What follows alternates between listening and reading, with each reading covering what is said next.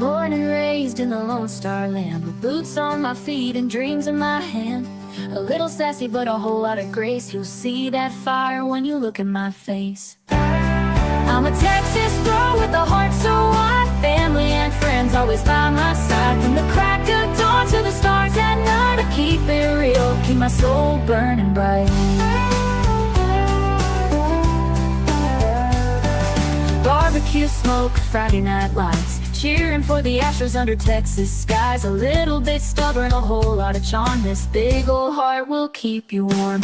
I'm a Texas girl with a heart so wide, family and friends always by my side. From the crack of dawn to the stars at night, I keep it real, keep my soul burning bright. Barbecue smoke, Friday night lights, cheering for the Astros under Texas skies. A little bit stubborn, a whole lot of charm. This big old heart will keep you warm. I'm a Texas girl with a heart so wide, family and friends always by my side. From the crack of dawn to the stars at night, I keep it real, keep my soul burning bright. From the blue bonnet fields to the city streets, every step I take feels like home to me. With a little sass and a lot of pride, this Texas girl's got nothing to hide. I'm a Texas girl with a heart so wide, family and friends always by my side. From the crack of dawn to the stars at night, I keep it real, keep my soul burning bright.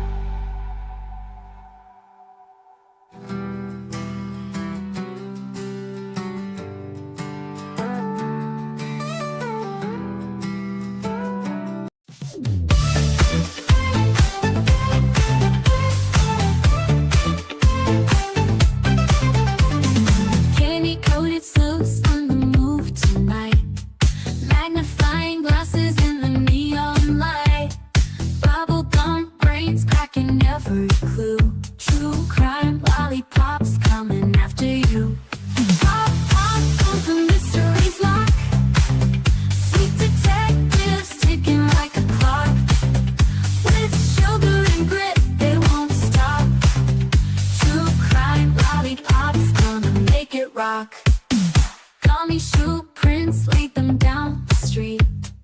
Chocolate wrappers hiding secrets sweet. They don't miss a beat, they've got a knack. With licorice ropes pulling answers back. Twist the wrapper to reveal the truth. A sticky web spun by a candy sloop. No sour lies can escape the grip. These lollipops always crack the whip. Hello, my friends. Happy Monday, everybody. Hope y'all are having a really great first day of the week. Thank you for being here with me and coming to hang out. I appreciate y'all. Hey, Brown Eyes. Let me see here. Hey, DJ. Linda, hello. Miss Rhonda, so good to see you in chat today. TJ, hello to you. Peggy, Brenda Sue. Let's see who else we got with us today. Hey, Miss Kathy. There's our beautiful little cheerleader, Keely. I'm going to make her a shirt that says Lollipop Cheerleader. Let's see here. Who else we got? Let's see. Hang on. Hey, Michelle. Good to see you. Lisa King, hello. Wanna be sleeping? How you doing? Good to see you. Let's see who else we got. Trying to go through it slow. Good deal. Hello to everybody. Oh, happy Mother's Day to you too, sweetie. I hope everybody, like I said, is having a good day today. I tell you what, I was going to go on last night. We had storms again come through for about 4 hours worth and lost internet for most of it. Wannabe Sleuth said, I've lost 26 pounds. Skincare routine is working wonders. I'm starting to feel beautiful again. Girl, you are beautiful. You are. And congrats. Way to go. I'm so proud for you.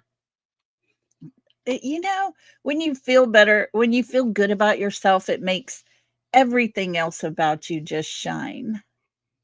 Keep up the good work, sister. Hey, DJ. Sorry I didn't make it to your live. Um, I lost internet last night. And of course, here at the lake, we don't have like satellite TV or anything. We just like have Netflix and Amazon Prime, that kind of thing, Roku and that stuff. But it's all internet based. And I left the TV on because it was just a blank screen. And I didn't think about turning the TV off. And I went to bed about, I don't know, close to 1 o'clock in the morning. I hear people talking. I got up and I'm sneaking in here and I'm like, oh crap, the TV came back on. It was pretty funny. I thought somebody had come in and was going to get me. So hang on just a second. Let me get this done. I tell you, your town was hit with tornadoes Wednesday. Oh no. And y'all lost power for 14 hours. Ugh. After it rains sometimes, that is the most miserable feeling. Oh, Rhonda, it was horrible.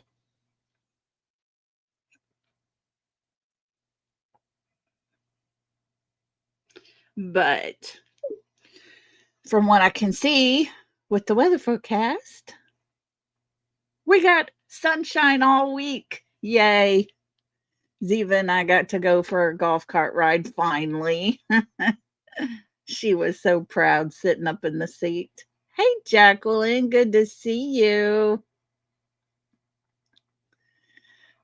Oh, so, anyways, I didn't get to do much last night. It was very quiet, but we've had a good day today. We got up, we cleaned, did a little bit of cleaning and cooking and that kind of stuff.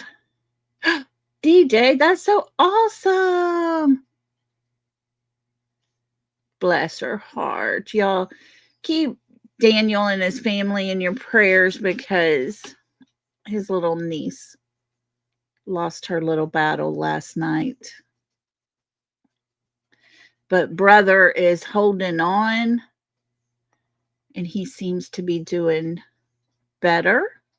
So y'all just keep the prayers going up for him and his family. Hey Kylie, how you doing? Good to see you. Yeah, that's a sad one. His sister has got to be on an emotional roller coaster ride right now. So y'all keep them in your prayers if you don't mind. God will take care of them. Yes. There you go. Keely is praying, praying, praying. Keely is a prayer warrior. I believe it.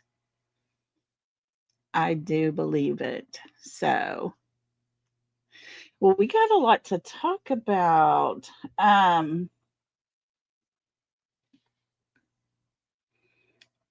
Let me pull this up real quick. Kristen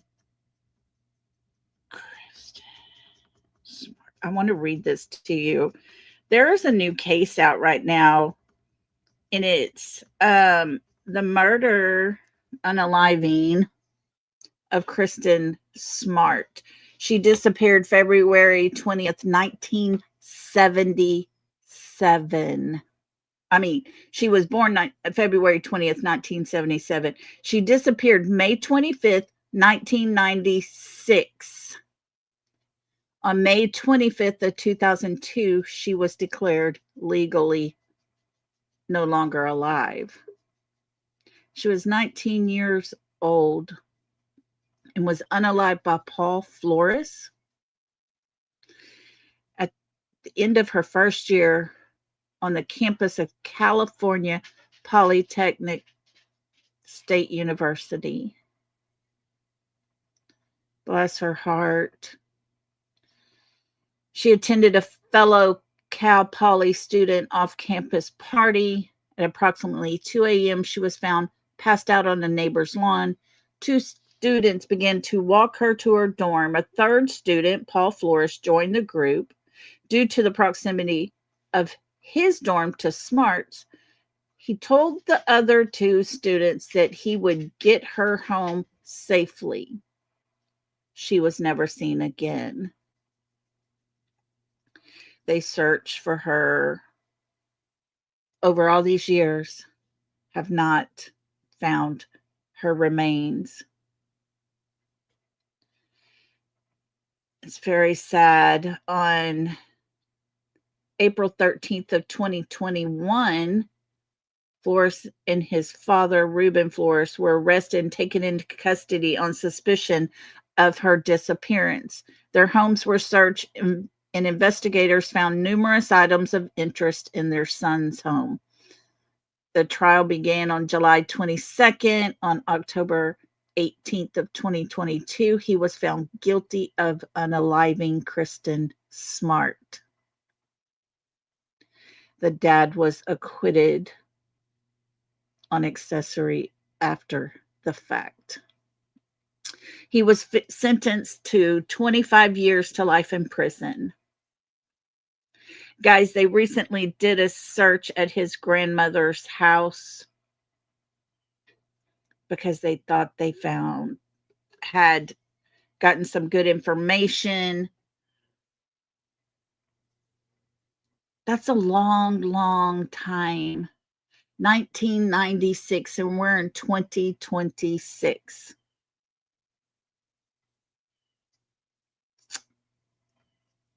And her parents are trying their best, still fighting for her.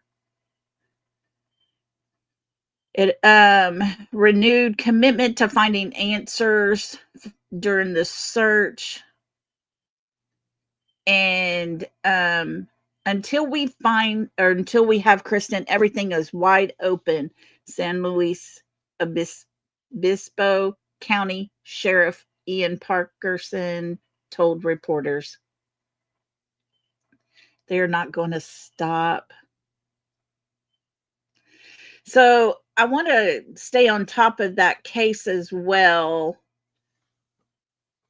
because that gives hope to those kids that are missing, and everyone, talks about the cases, and then cases get cold and they just sit for a while.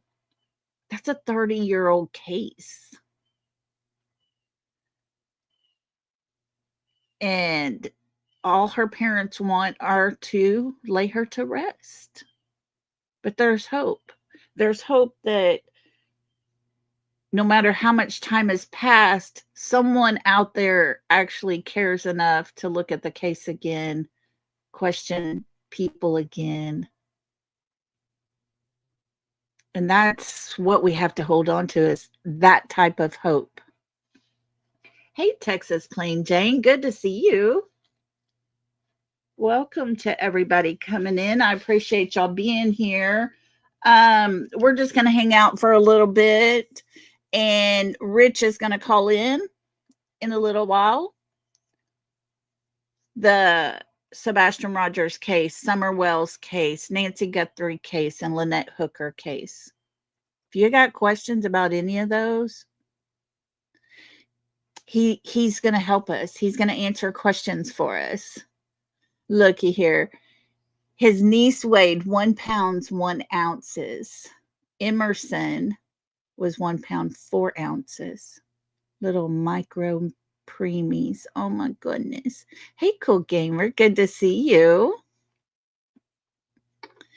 So before we get started, guys, just a little reminder, definitely hit that like button for us. It really helps.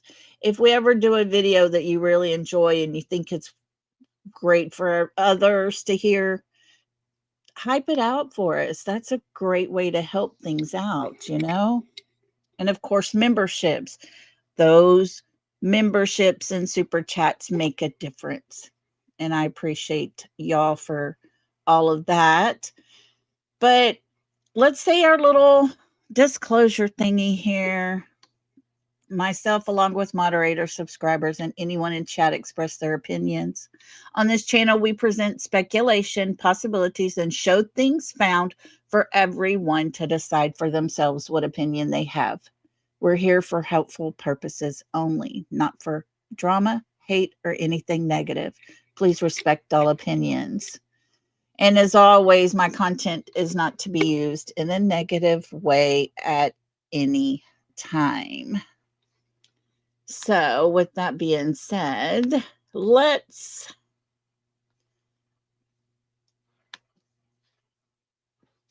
go back and just put on our thinking caps to early on.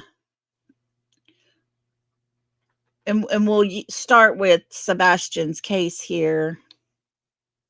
Early on, guys, the very first day they put out an endangered child alert. This is an autistic young man that went missing. His mother said he ran away. We now know that's a crock of bull. Because had he done that, there would be evidence of it. But there wasn't even evidence that he took out the trash. No scent at all of Sebastian's. No dogs alerted to his scent. They followed scents, but none of them were alerted to their handler that it was Sebastian's scent. Hey, Narita, good to see you, sweetie. So day one is the endangered child alert. Hey, Anna, good to see you. Welcome, welcome. You're just trying to send a gift. So day two rolls around, guys, day two. And there's an Amber Alert issued. Usually an Amber Alert is issued when there's an abduction. There's an Amber Alert issued when there is a vehicle that a child gets into and drives away with them. Those type of situations.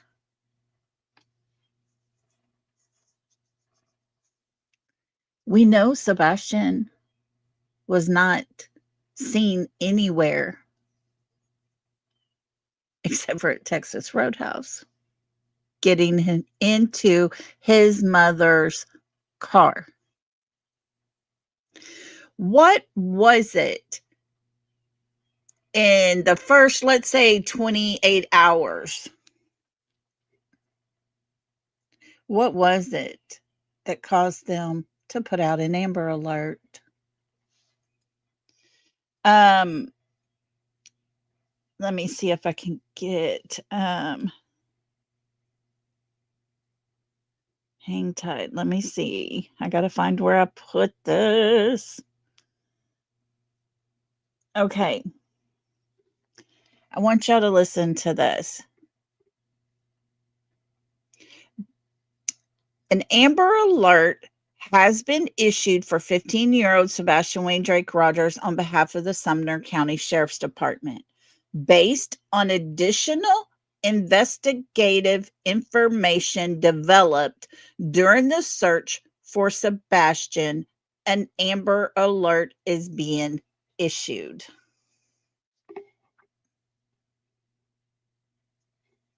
Yes, Linda.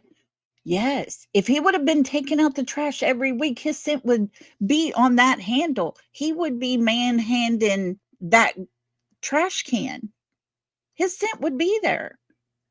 But the dogs didn't even hit on the trash cans. Unless they were brand new trash cans. Unless their trash can was swapped out with another trash can. That kind of thing.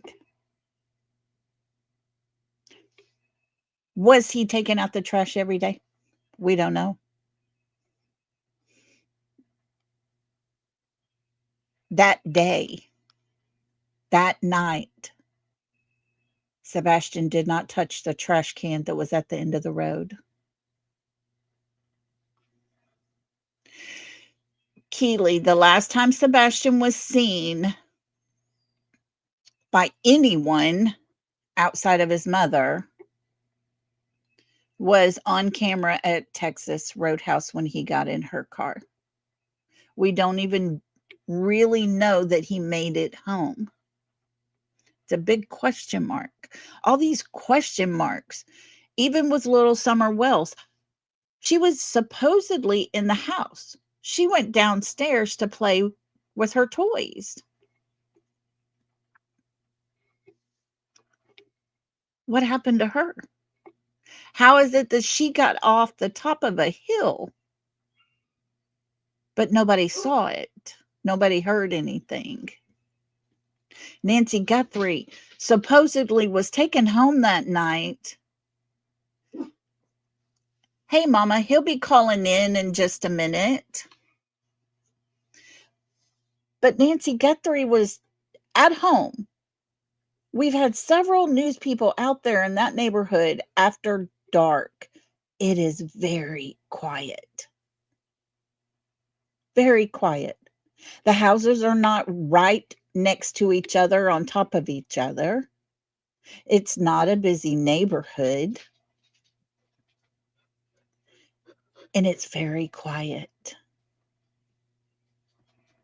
How did she get taken from her home? All these question marks. So many questions. Lynette Hooker was last seen going back to her boat. What happened to her? Where did she go? Did she make it back to the boat? Did she not make it back to the boat? Of course, her husband tells this story, but they've already proved his story is nothing more than a lie. And the Coast Guard now has access of that boat, and today we're seen on the boat.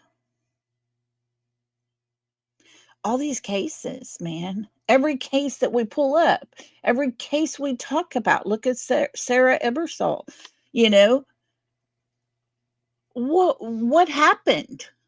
Where did she go? Last time she was seen, she was being carried out of one man's house by her arms and her feet, put into another man's car, and never ever seen again. Little JonBenet Ramsey, she was seen that night in bed. Her brother seemed to have seen her sometime in the middle of the night. How did she end up down in the basement? So many question marks.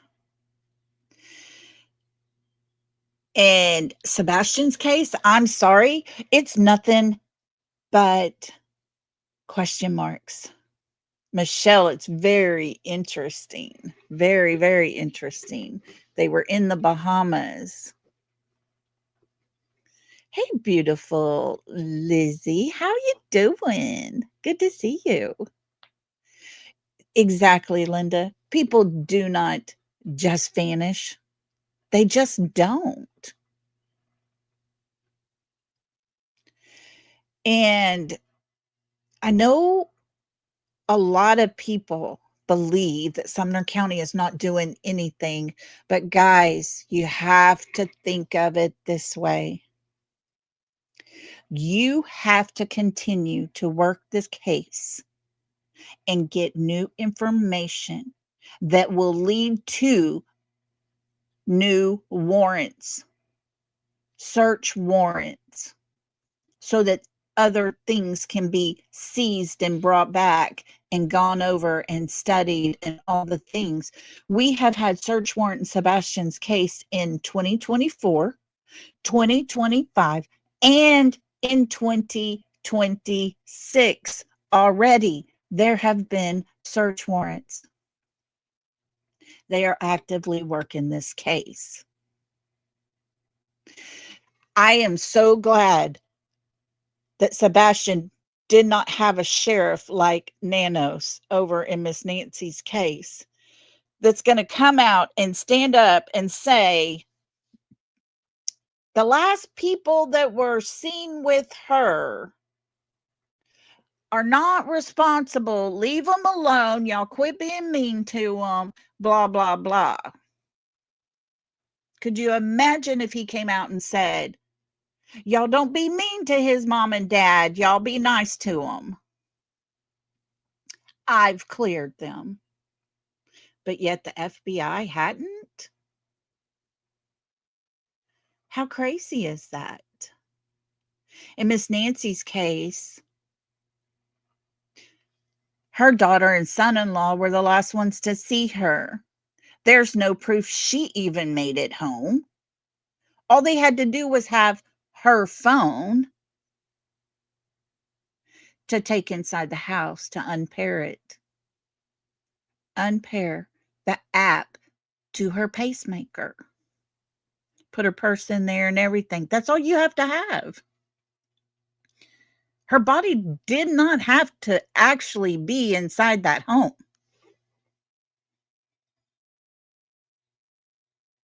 And there is no evidence that they can prove she was at home that night. Just like Sebastian, there is no evidentiary proof out there that they have shown us that he made it home. And when you have a statement saying he went missing from his home on February 26th, from his home on Stafford Court, and then next year comes out and says he went missing on the 25th from the area of Stafford Court. And on the 26th, they're coming out telling us he went missing on the 25th from Hendersonville, Tennessee. Didn't even mention Stafford Court. Didn't mention his name, his home area at all. So that tells us that they're finding little things that's going against what his mother has told everyone. And when there's no evidence, you can't make it as a fact. As bad as Katie and Chris try to, as bad as Candace and Dawn try to, as bad as Lynette Hooker's husband tries to, you can't make something that's not true into facts. And so, do I think Eric Craddock is not a great guy or something? I don't know Eric Craddock. I know he made a very bad statement on a public platform that should never, ever, ever be used for a situation that he was talking about. That was poor judgment. I honestly believe Brandon Carter is the one causing interference in this case. Eric Carter is Chris Proudfoot's buddy.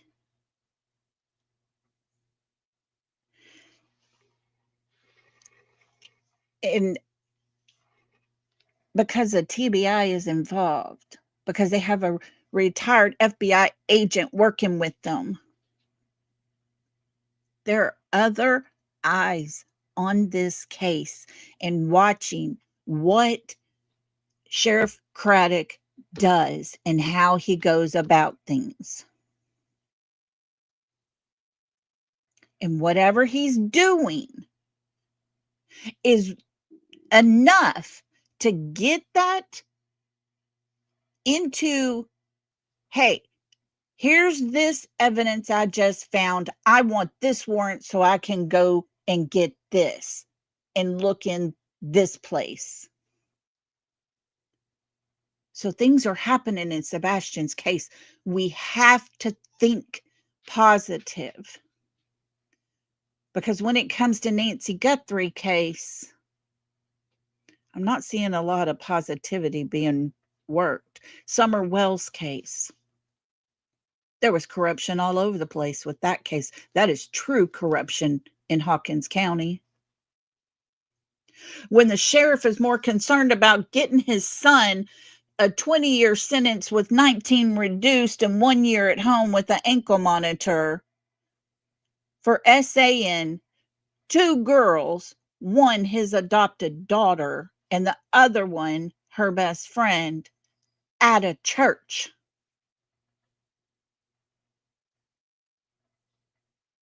That's corruption. That's using your power as influence. That is never, never, never okay.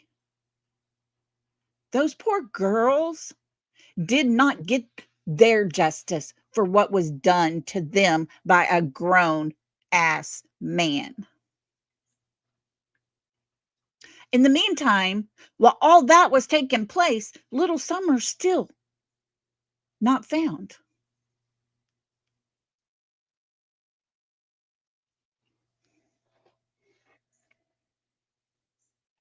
So, when it comes to Sebastian's case and you look at it with different eyes, with the whole new look and comparing to other cases, Sebastian's got it pretty good. 3 years, the year he went missing, 2025, the next year, and 2026, guys.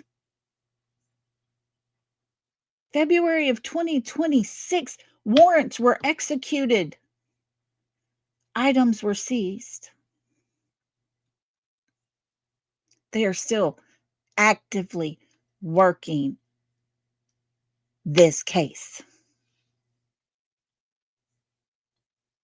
And I hope you understand where I'm coming from with all this, because I know a lot of people have bad feelings towards him.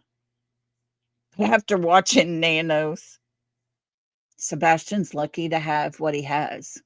The people that are working hard to get enough evidence to execute warrants every single year. 2 years, and they're still getting warrants. It's over 2 years, and they're still able to get warrants. You have to have new evidence. You can't use the one you found in 2024. Oh, look here, we'll use this evidence for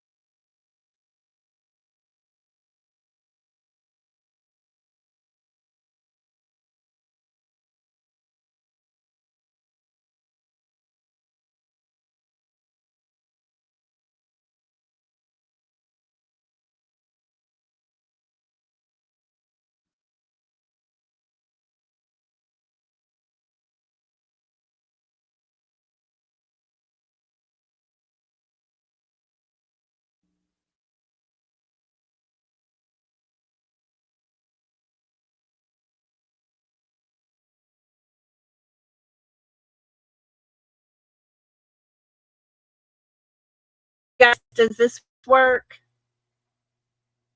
Hello? Hello, hello. Does this work? Uh-oh, let me turn that off. Hello?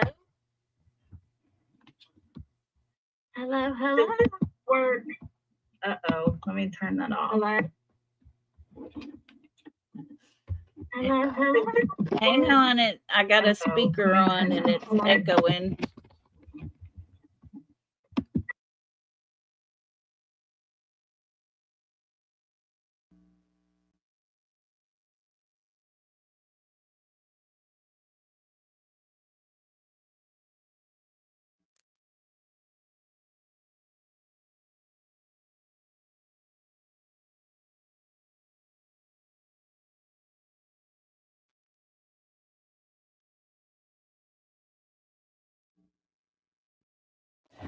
Can y'all hear? Everybody hear me okay?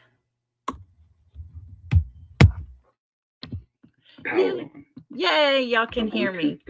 Good deal. The Bluetooth device is connected successfully. Okay, I'm getting my speaker ready to go. All right, guys. Sorry about that. I have no idea what happened. Hello to everybody coming in. Let's see, who was it? Melissa, Holly. Good to see y'all. Did anybody else come in besides them too? Hello to everybody. Thank y'all for being here. So did y'all hear me what I was saying about Eric Craddock and Sebastian's case? And we need to be able to look at things from their side as far as if they are working this case, they are finding more evidence that will be enough to get a search warrant for the years 2024, 25, and 26. DJ. Thank you, DJ. My trip was a little chaotic because I had no idea where I was or what I was doing. Thank you, sweetie. Yes, it is an active case, Miss Rhonda. And it was when I was watching Nancy Guthrie's case that I realized, holy smokes, we are so lucky we don't have him. He cleared the last two people Miss Nancy was with. So, to look at everything fairly, we have to be able to believe they are working this case. The part that bothers me the most is when Chris said he will never be found. That's the part that bothers me the most because he never told us why he would say that. But it seemed to me like he was just gloating and that was it. I'm not sure, Keely. I'm not sure where she's at.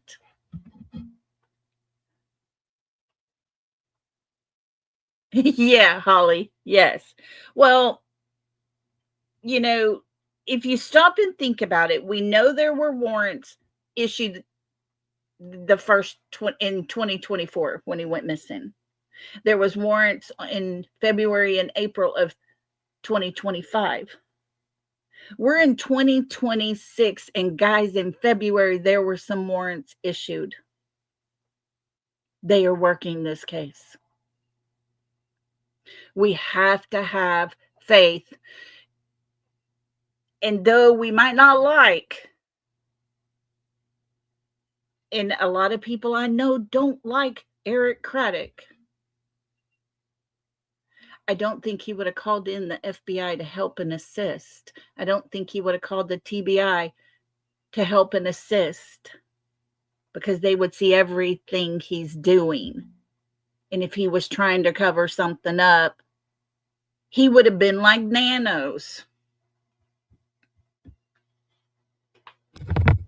You know what I'm saying? He would even not want the FBI to come in. They might find something. So, so we got to be patient. We got to believe, because Sebastian deserves that.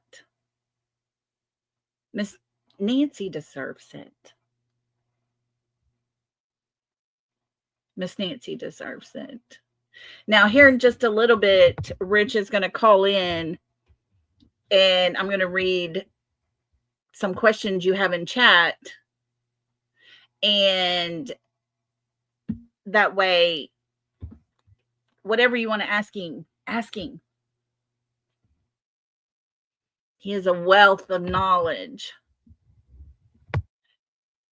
And it's always good to talk to him, because he has taught me how to look at things in a different way.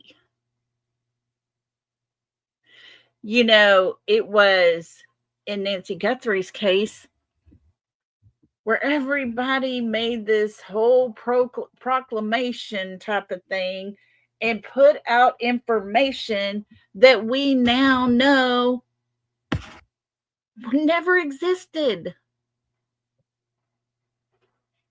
It's crazy. But we've all heard it. And it was put into chats. And it was something someone said. They heard somebody say that.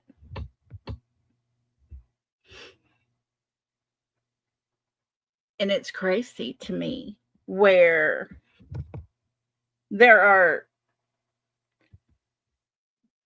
you know, people missing, and yet there are people that will put out information that is absolutely not true. Let me check something real quick.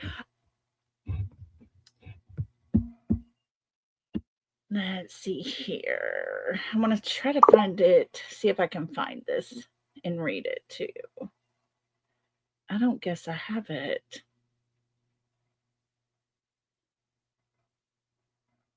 You know, I don't guess I saved it, but there was 2911, or I don't know exactly how many, but I asked, let me type it into Google again and see if I can get it. And I said, why has the 911 call not been released in the Nancy Guthrie case? Let me read this to you. I thought I had screenshotted it. It says the 911 calls regarding the disappearance. Did y'all hear what I just said?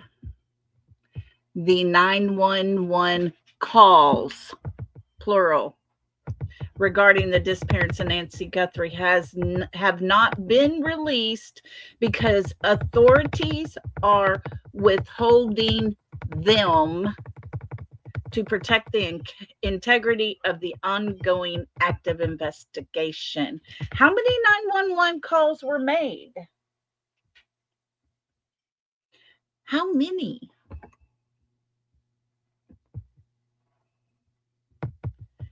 It's boggling my mind to think that she had more than one 911 call.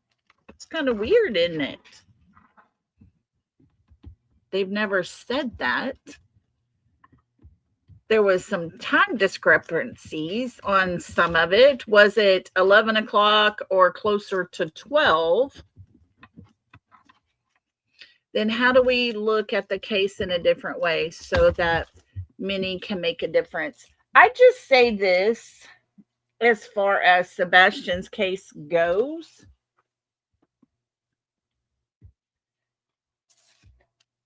I know Seth wants really bad for his son's case to be handed over to the Cold Case Foundation. I think he wants the FBI to take it over, or that kind of situation. Let's turn it over. It's been 2 years. He hadn't been found. And let's turn it over and get fresh eyes on it. But guys, that only happens when a case gets stagnant.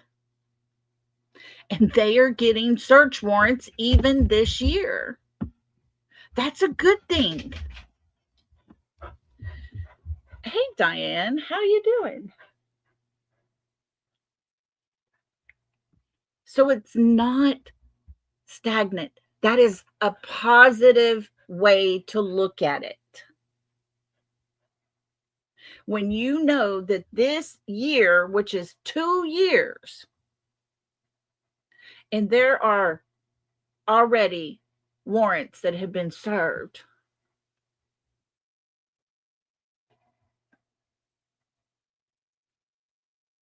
that is good. That means if they went in and took their video cameras on the 24 in 2024, right? Let's think of it this way. This is a scenario, because I don't know what they've taken, not taken, whatever. There's been lots of talk about different things, but let's say this. What if they went and took all surveillance video footage from their home in 2024? Look at it, went over it. We know during the time Sebastian went missing, there was nothing recording. It had all been taken down. But shortly after, there was more cameras put up conveniently, along with the lights on the corner of the house and the light at the front door. So now their area is all lit up. But if they went back in 2026 after finding something that they had worked on last year, leading into this year,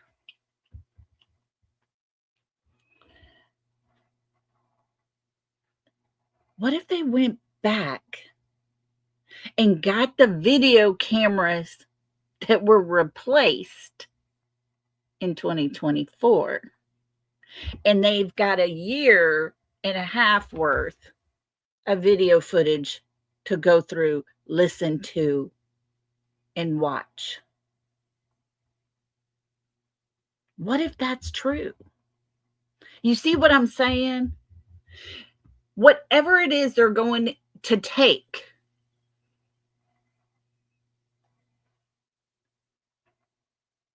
it's a good thing, because they're going to slip up. Especially one of the two can't help himself. Just saying, my opinion. But if he did something, if he knows something, he gets mad at Katie one day and they start to fight, he's going to throw that up in her face. And it might be recorded on a camera. So, is that what happened? I don't know. Like I said, that's a scenario. So, maybe it was their phones. Maybe it was their vehicles. I don't know. But something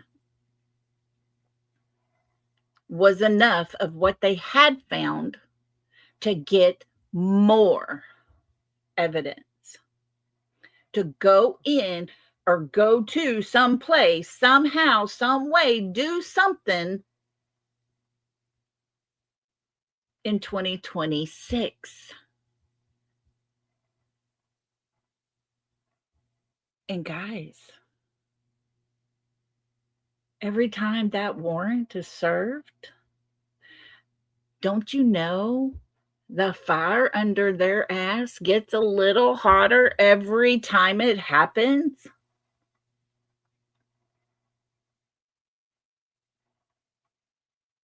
And I just don't think that his mommy can buy him out of this one. I may be wrong. But there are people that live in the area that contact me occasionally and give me updates on what they're hearing around town. His mommy ain't selling many houses these days. People don't want to buy their home from her. They don't even want to buy Katie and Chris's house. That's right, Jacqueline. But all these little warrants hopefully will lead to an arrest warrant. That's what we got to hope for. That's what we got to pray about. That's what we got to believe in. Sebastian will get his justice one day. I mean, at least it's not nanos up there saying, oh, y'all don't be mean to his mommy and his daddy. I cleared them. His mother was the last person to see him that we know of. The last time we see him, the last time any video footage is out there of him, he's getting into her car. And she tells us herself, he didn't run away. He didn't run away. He never ran away before, which is odd to me because I brought it up before, but in the dispatch call, they said he's been known to go to White House school. So when things got really bad at home, he would go to White House school, his old school. I don't think his mommy took him. I'm pretty sure his stepdaddy didn't take him over there and just let him sit and hide up in the corner of a door.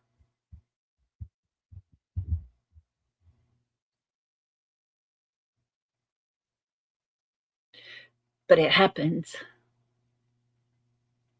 And when you have people that are last seen with the person that goes missing, you have to look at them. You have to study them. You have to hinge on every word they say because they are the last known person. Diane, there were new warrants in February this year. There were some warrants last year, a couple different times. It's on the FBI website.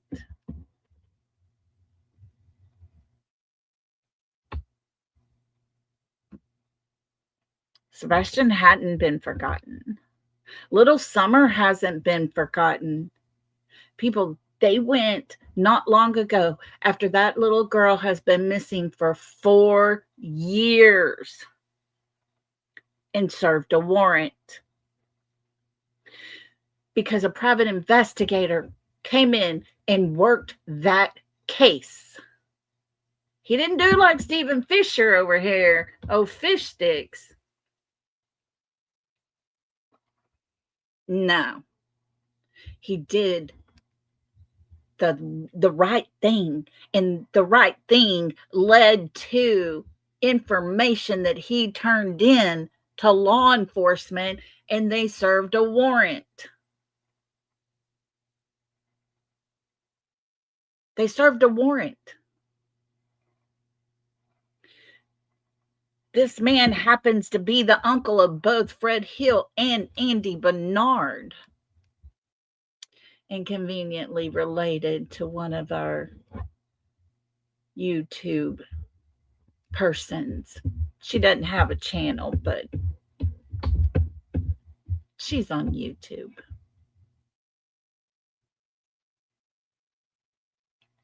And it's crazy how with Summer's case and Sebastian's case, very bad in these two cases, were actual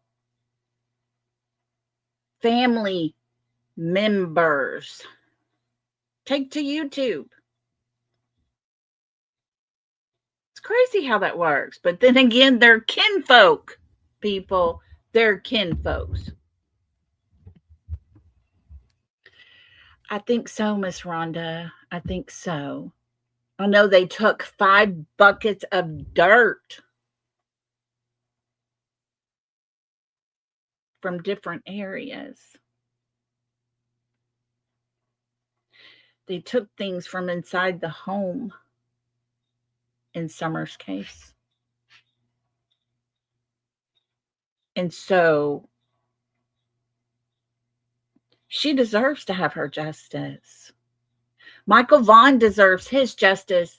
And those grown ass, scrungy, nasty, disgusting people that took his life and buried him inside that duffel bag need to stand up, get a backbone, and tell his mother where she can find her baby.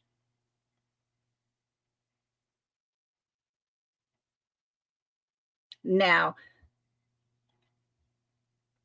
that brings us to Katie. Did she pass her polygraph test? Has anybody heard?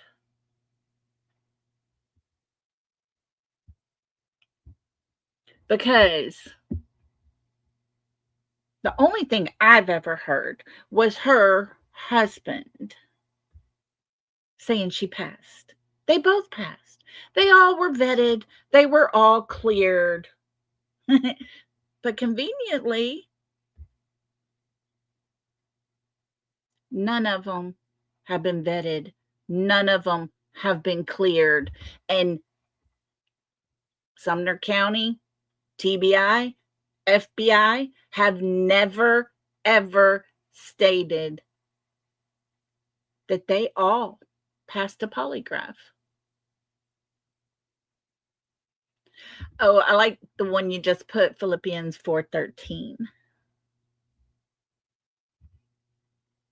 That's one of my favorites, Keely. So, yeah, Holly, I just want to poke their eyeballs out when it comes to Monkey's little case, because that baby boy didn't deserve what happened to him, because of grown adults,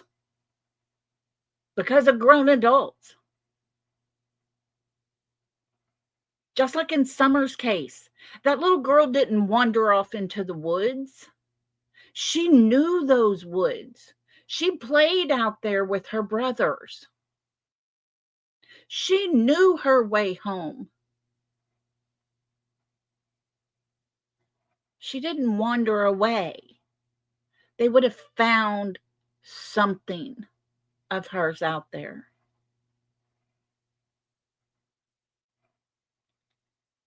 But they didn't. And that goes back to the grown people surrounding that little girl. And I'm sorry, but that includes that nasty, trashy neighbor that lived across the street. She comes out on her YouTube with the intent of making her ex-baby daddy pissed off because she puts out information that he was selling pills up there to sedate young girls. When you have that type of information and knowledge and have not called it in, you're just as guilty as him. It is disgusting how grown-ups make their choices in the most disgusting, selfish way ever to harm a child.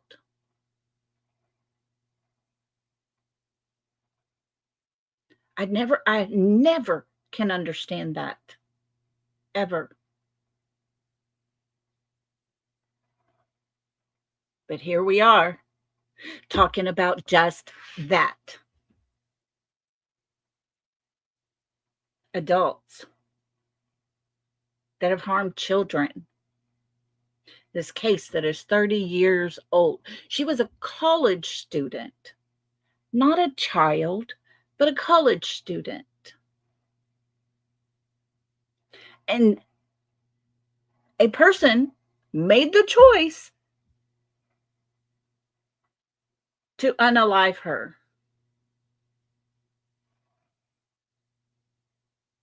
Miss Nancy is a grandmother. And someone stupid, an adult, made the choice to do something with her. Hey, Karen, good to see you. She said, in my opinion, U.S. justice system is exceptionally, yes, I agree, effed up.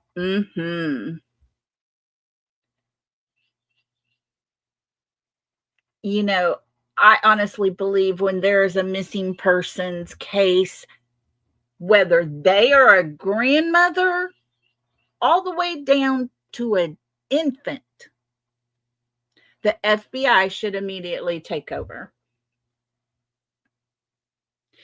You have a sheriff's department and you have city police. They're too busy taking care of their areas there. They're too busy. They are not knowledgeable on what needs to happen. Look at Nancy Guthrie's case. They had people come in and do whatever they did inside that home for just a couple of hours and handed the keys to her family. Released it. Journalist walked up to her front door by the blood spatters. There were blood spatters we didn't quite know all the way down those steps into that gravel driveway there. People walked all over it. Hi, Justin. And it's just sad. Because there were no one took pictures of all that.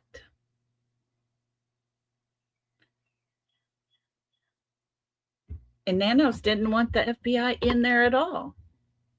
He had the lab in Florida take over. When Quantico could have done it in 24 hours, it took them several days in Florida to do it. It's crazy. I'm sorry, but the FBI, it should be state to state to state, all 50 states, 52 states, whatever states we got in the United States of America should instantly have a missing person task force come in and call in what they need done. How many more people they're going to need. No, Justin, not tonight, baby.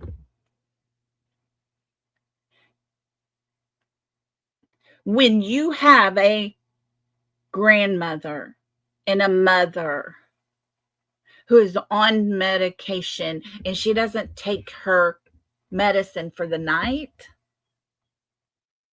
that's not good for her. Not good at all. And when you have her children gather up in an Airbnb,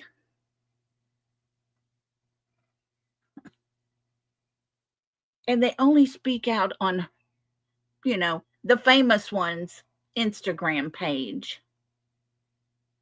They're not standing out there calling for justice for their mother, asking people on the local news stations, please, if you know something, call it in. I'll give you a reward personally.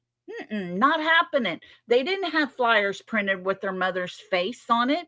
They didn't start a page on Facebook.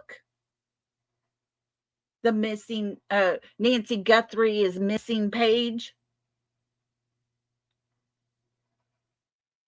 And now everybody's all excited for Savannah because she got herself a game show hostess job. What the hell? I'm sorry, but I get mad.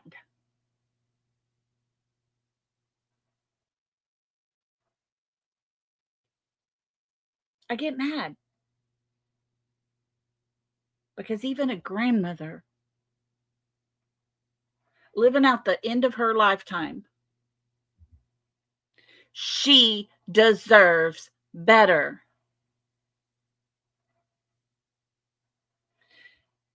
And when her daughter and her son-in-law are the last ones to be seen with her, and there is no proof she ever made it home that night. Guys, remember the words they said. Savannah herself said her mother couldn't even walk 50 yards. She had a hard time doing that. But the garage door was only open for 2 minutes. 2 minutes.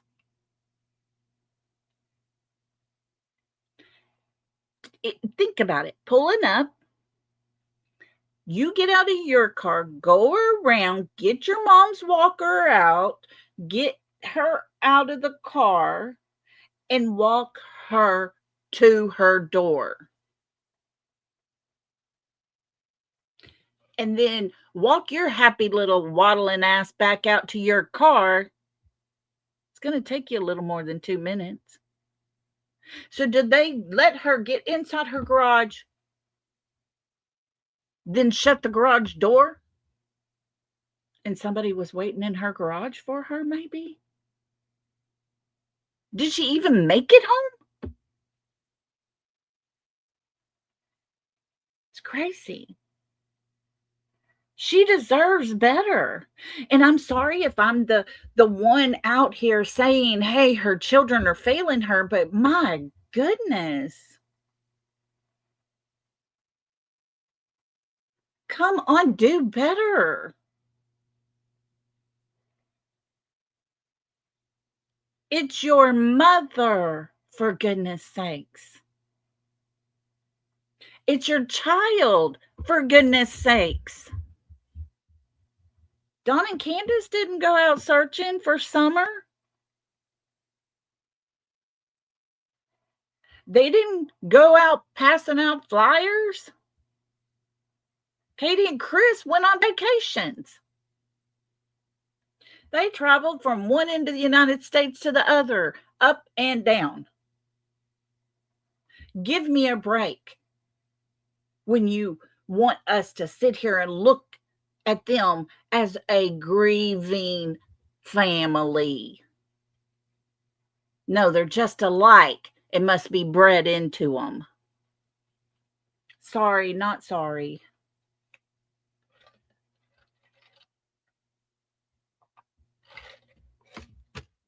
Sorry, I had to get me a drink of some tea.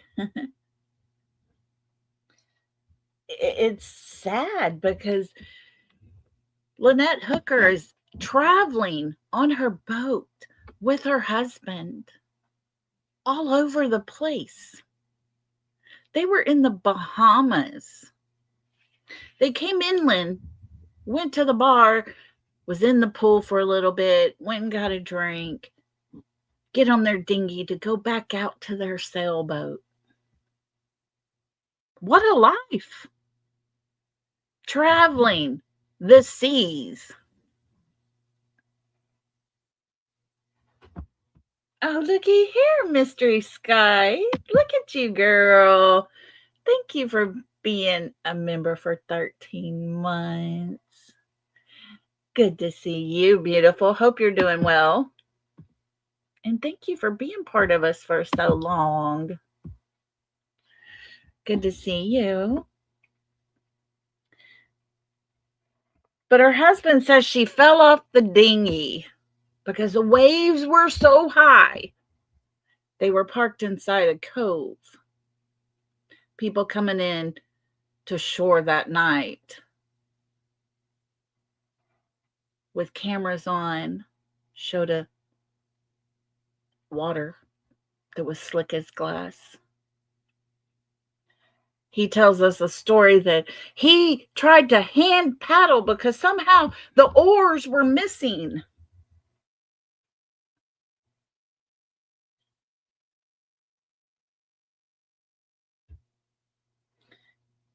But yet, he said the waves took him far, far out there. Far, far out there. But there was no waves. Oh, yeah, Rachel. I agree. Little Summer's case was turned into the most disgusting thing I've ever witnessed in my life. Do you believe in Fred or do you believe in Andy Bernard? How about somebody believe in Summer? How about let's talk about Summer? How about we forget Andy? We forget Fred, you know? Hey guys, hold on just a second. My best friend's calling. Hold on.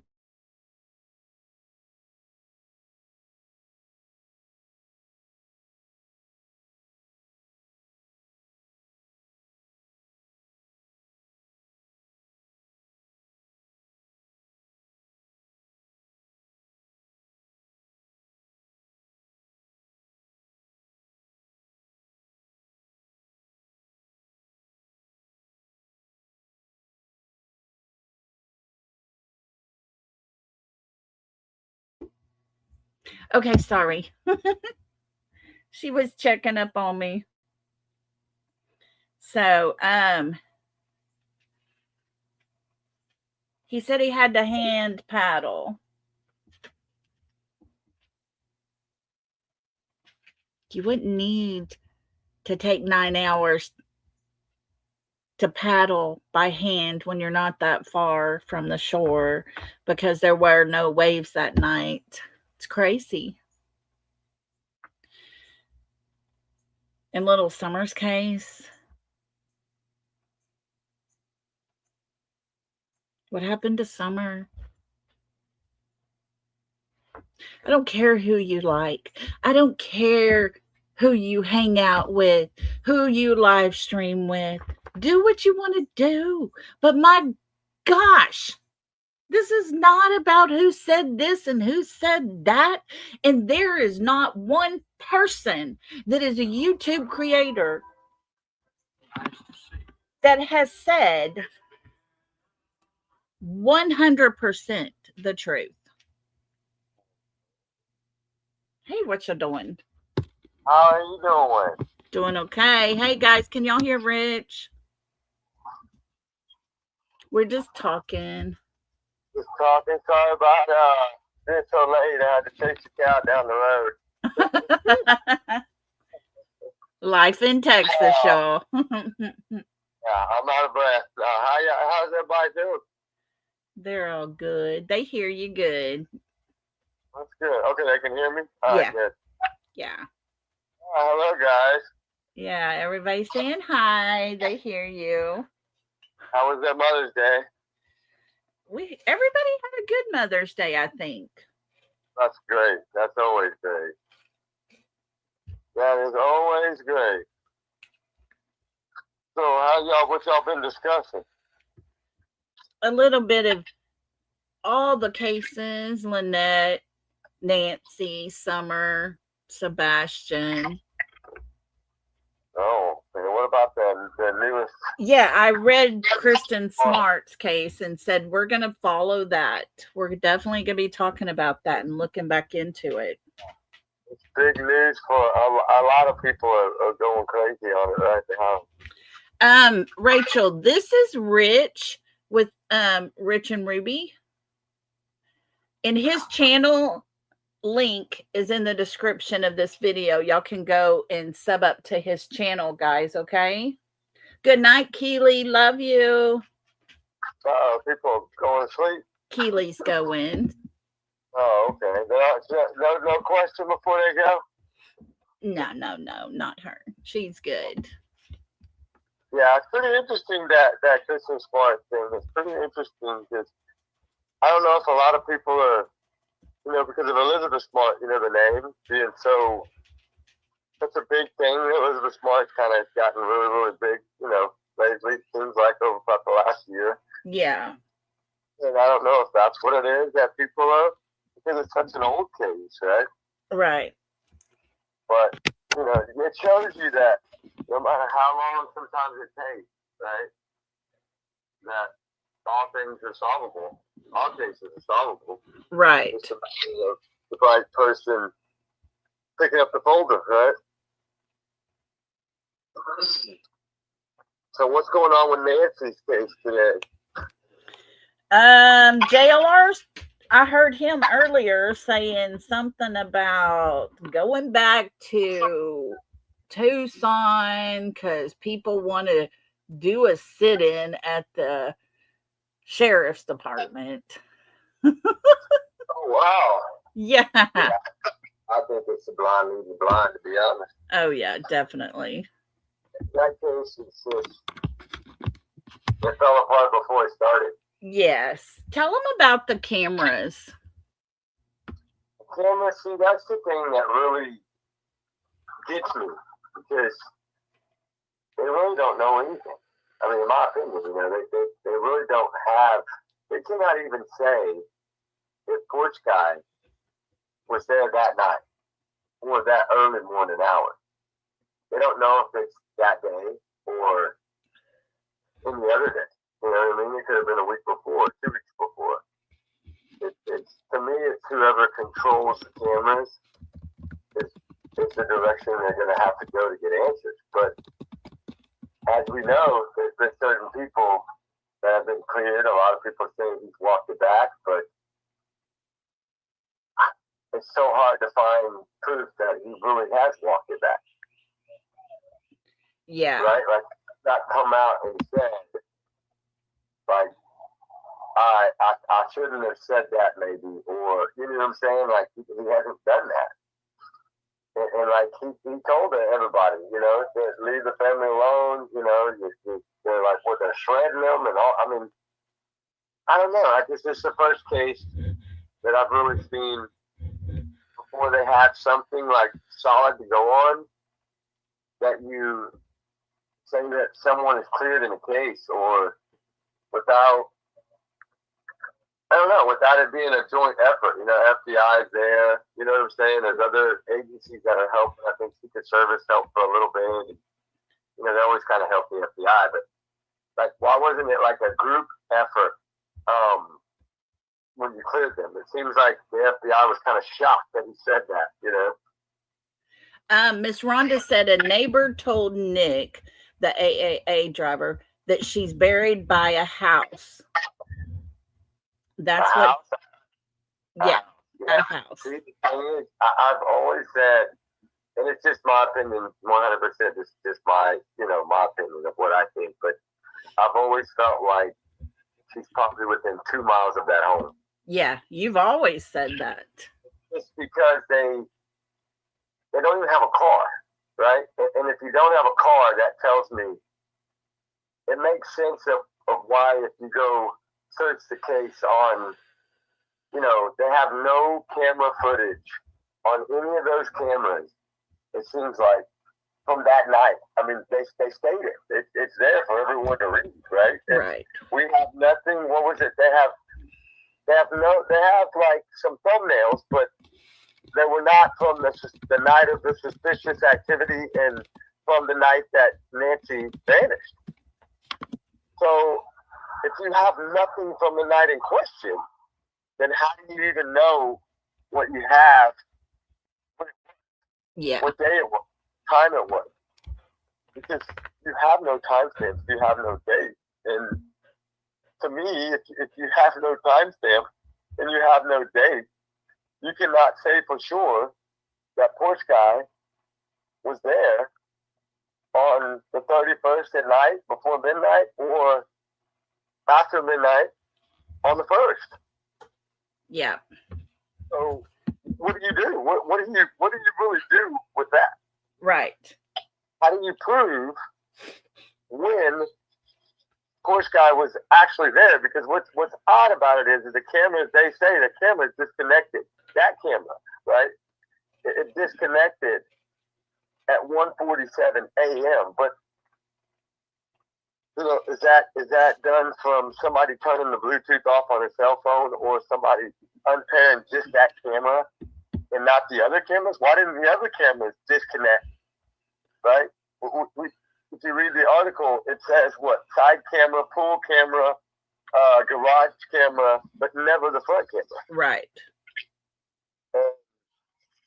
Why? Why is the front camera the only camera that disconnected? Is it because they took that camera off the wall and took the battery out? Right? Well, what if your battery goes dead? Because those, as you know, an 84-year-old woman, I still don't understand why she would want battery-operated cameras that have to be charged every few weeks or every 28 days or whatever it may be. Like, how is she going to get up there and take that camera down and charge it? Do you think Nancy's going to get on a ladder and climb up there and grab the camera and, you know, go to the front door and get the little tool and be able to get behind there and undo that little Allen head to get that camera off the wall to charge it? You see what I'm saying? Like, that's what, to me, it's just, I don't understand why at that age she had a battery cameras, at least two of the cameras, right, that we know were Nest 2 generation. So at least the one on the back door and the one on the front door, the newer cameras, it seems like, were the Nest 2. And those seem to be the ones that have to be charged, like recharged to work. Yeah. So who charged the battery? Who monitored? Who else monitored the cameras? Did somebody else have them on their device, their phone, their laptop, their tablet, whatever it may be? But somebody else has to be able to come charge those for her and take them down. Yeah. So if you think about it, whoever controls the cameras must be the one that was able to know, right? Right. I agree. And so why only one camera would unpair from the app or disconnect from the app, because that's what it says, disconnected from the app at 1:47. But 1:47 when? Right. And how did they know that time? There was no time stamps. Exactly. They know the time because in the Nest 2 generation, if the camera disconnects from the app, then that means somebody had to have manually disconnected it. Because if you took the batteries out, that's not going to disconnect it. It's just really going to unpair until it's charged. Because every time they would go dead, they would be disconnected every time. Well, I don't think that works with the Nest 2. It has to be, that camera has to be shut off. Just like they said, the neighbors' cameras, one camera worked on one side of the house, but one did, the other one did it, right? Or the other one did, but only one didn't work. Yeah. That's somebody controlling the camera. Every camera is numbered in your device that it's paired to. Camera 1, camera front camera, front door camera 1, back door camera 2, garage door camera 3, right side house camera 4. You know, they're all going to be numbered. You can control each one of those cameras. You can delete one camera and keep the other ones running. And that's what I get by that article from the FBI is they don't never mention the front camera in that article. All it says is the other cameras, you know, the side, the back, the pool house, right? That's what it shows. Yeah. And it does say they have pictures, but thumbnail style images, but not from the night in question, not from the night that she disappeared. So that means that those cameras were not on the night that she disappeared. Right. Because if he would have been on that night, they would at least have who messed with the camera, who walked up and broke the back camera, right? Unless it was broken from inside the home. Yeah. You know, you open the back door, you reach outside with a hammer, you smack the lens, you break the camera. Nobody knows where it came from. All they see is a sudden, like a blink, and the screen goes black. So you see what I'm saying? Why was the back camera smashed and the front camera completely removed? Batteries taken out, but the camera left there to find. Yeah. Why would a perpetrator leave a camera to find unless they needed it found? You see what I'm saying? That's kind of where I'm at on the cameras. It's so hard because they honestly do not know when that porch guy was there. They cannot tell us it was the 1st or the 31st or the 24th or the 11th or the 1st of the last January. Right? They don't know. And that's what makes this case to me so hard, is because they're blind. Right. And that's why I say they're blind. They are just blind. It doesn't matter. They're blind. Yeah. And it's so sad for Nancy, because to me, she was left without protection. They're really, the whole family as a whole, all of them live in nice homes, over $500,000 homes, $1 million homes, you know, a couple $1 million homes, right? Nancy's house is what, $1 million, $1.5 million home. Yeah. $650,000 home, right? Why did their mom, the one that needed the most, have a camera with no subscription? Yeah, definitely. And why the batteries? You know, like you Why the said, batteries? somebody's You got to cannot connect on a change ladder. them. Nancy can't get up there. Nope. Somebody got to service those cameras at least. Depending on how much they go off, right? Your front door camera most likely is going to go off more because of the mailman. People come to the front door, right? In Right. the garage door. Because you're backing out in and out of the garage. You're The picking up Amazon stuff. driver, pizza delivery, you know, that kind of stuff. Walking by. I mean, if you notice, there's a shot of the same person without the backpack on, that's standing, and they don't know when that picture was taken either. And at least they were brutally honest about that. We don't know what day it was, but that's the answer. Right. They don't know any of them what day they were. None. All they can tell you for sure is that camera was taken away from that device, that app, and removed from it at 1:47 a.m. That's not about the batteries. It's about the device itself was removed from the app, which means if she has 4 cameras on her app, one of them was taken away, but none of the other ones were. Why? Yeah. Explain, and that's where people are lost. And a lot of people are trying to build a timeline, and the only proof you have of any timeline at all is the garage door that opened for 2 minutes, right? You open and close the garage door, 9:48, 9:50. And then the pacemaker. Yeah. But the pacemaker data could have happened with the phone location powered off. And then somebody, or say the phone died while she was over there with family visiting, and it died. Okay, well, it happens. The phones die all the time, right? You got to recharge it, right? Right. But when it's dead, it cannot send any of the information from that pacemaker to the doctor's app, to the website, for the doctor to view, until he gets another handshake with battery. Yeah. If an iPhone dies, it takes people. A lot of people are going to notice in the chat. Ask them right now. When your iPhone dies, completely dies on you, how long does it take when you plug it in before it even powers back up? Right? Would you say it's 5 minutes, 10 minutes? Just see what everybody thinks. Does anybody have an iPhone? How long does it take to power it back on? Yeah, when it dies on you, you're doing something in your phone, you're talking to some family, and your phone dies. You're like, dang it!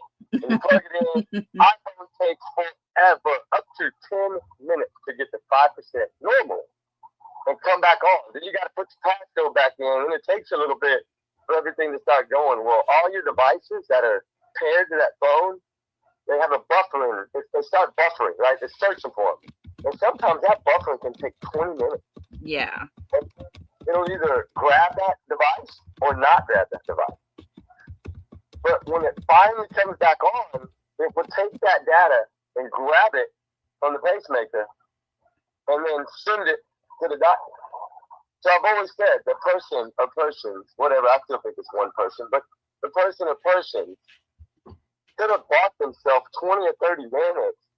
She could have been out of that house really way before that, but the data was just stored, right, on her pacemaker, not on the phone yet. And then when the phone powered up, it sent all the data. I mean, that's what's scary to me. They cannot even really, there's a way that you can say that the pacemaker data could have been altered in a way because it was connected to an iPhone. Right. And that's tough. It's really tough, and it's really sad because poor Nancy, she didn't deserve any of this, right? No, that's what I was just saying. She deserves so much better. Oh my God, a grandma, a mom. She lived her life so full, right? She's raised these children by herself with the loss of her husband, and in $1 million home, been able to keep her property. They never had to sell her home, never had to make her kids move out of that big old expensive house, and has never, in what, 3 decades, ever had a problem with anybody at that house? Why then? Why then? That's so unheard of for somebody to come in. I've never believed it's kidnapping. I never believe, unless it's, like I say about Sebastian Rogers case, unless it's some form of family, you know, which is usually 90+% of the time. Statistics don't lie. Right. Somebody involved within the circle. I'm not saying, oh, it's immediate family guaranteed 100%. No, but it could be anybody in that circle that had access to any of those family members and had access to their phones or their devices that were controlling that camera. Anybody can hack into your phone, right? It happens all the time. It's happened to me a couple of times. People get into your phone and they take your data and they get your passcodes and they, you know what I mean? It happens. Yeah. But you would think that her cameras would have at least, with $1 million home, at least would have had a $10 a month, $9.99 a month subscription. Yeah. I think Nancy was that. So who set up the cameras? Who paid for the cameras, right? Did Nancy pay for the cameras? Did one of the children buy the cameras? Did her best friends buy the cameras? Did, you know, a nephew, a niece, you know, someone else buy to help Nancy set up the cameras and pair them to her device and number them and charge them? You know, to me, whoever, maybe just my opinion, but whoever controls those cameras holds the truth. That's right. The entire case. I agree. 100%. A lot are probably not going to agree with me, but that's okay. All I can say to that is, prove to me one poor guy was there.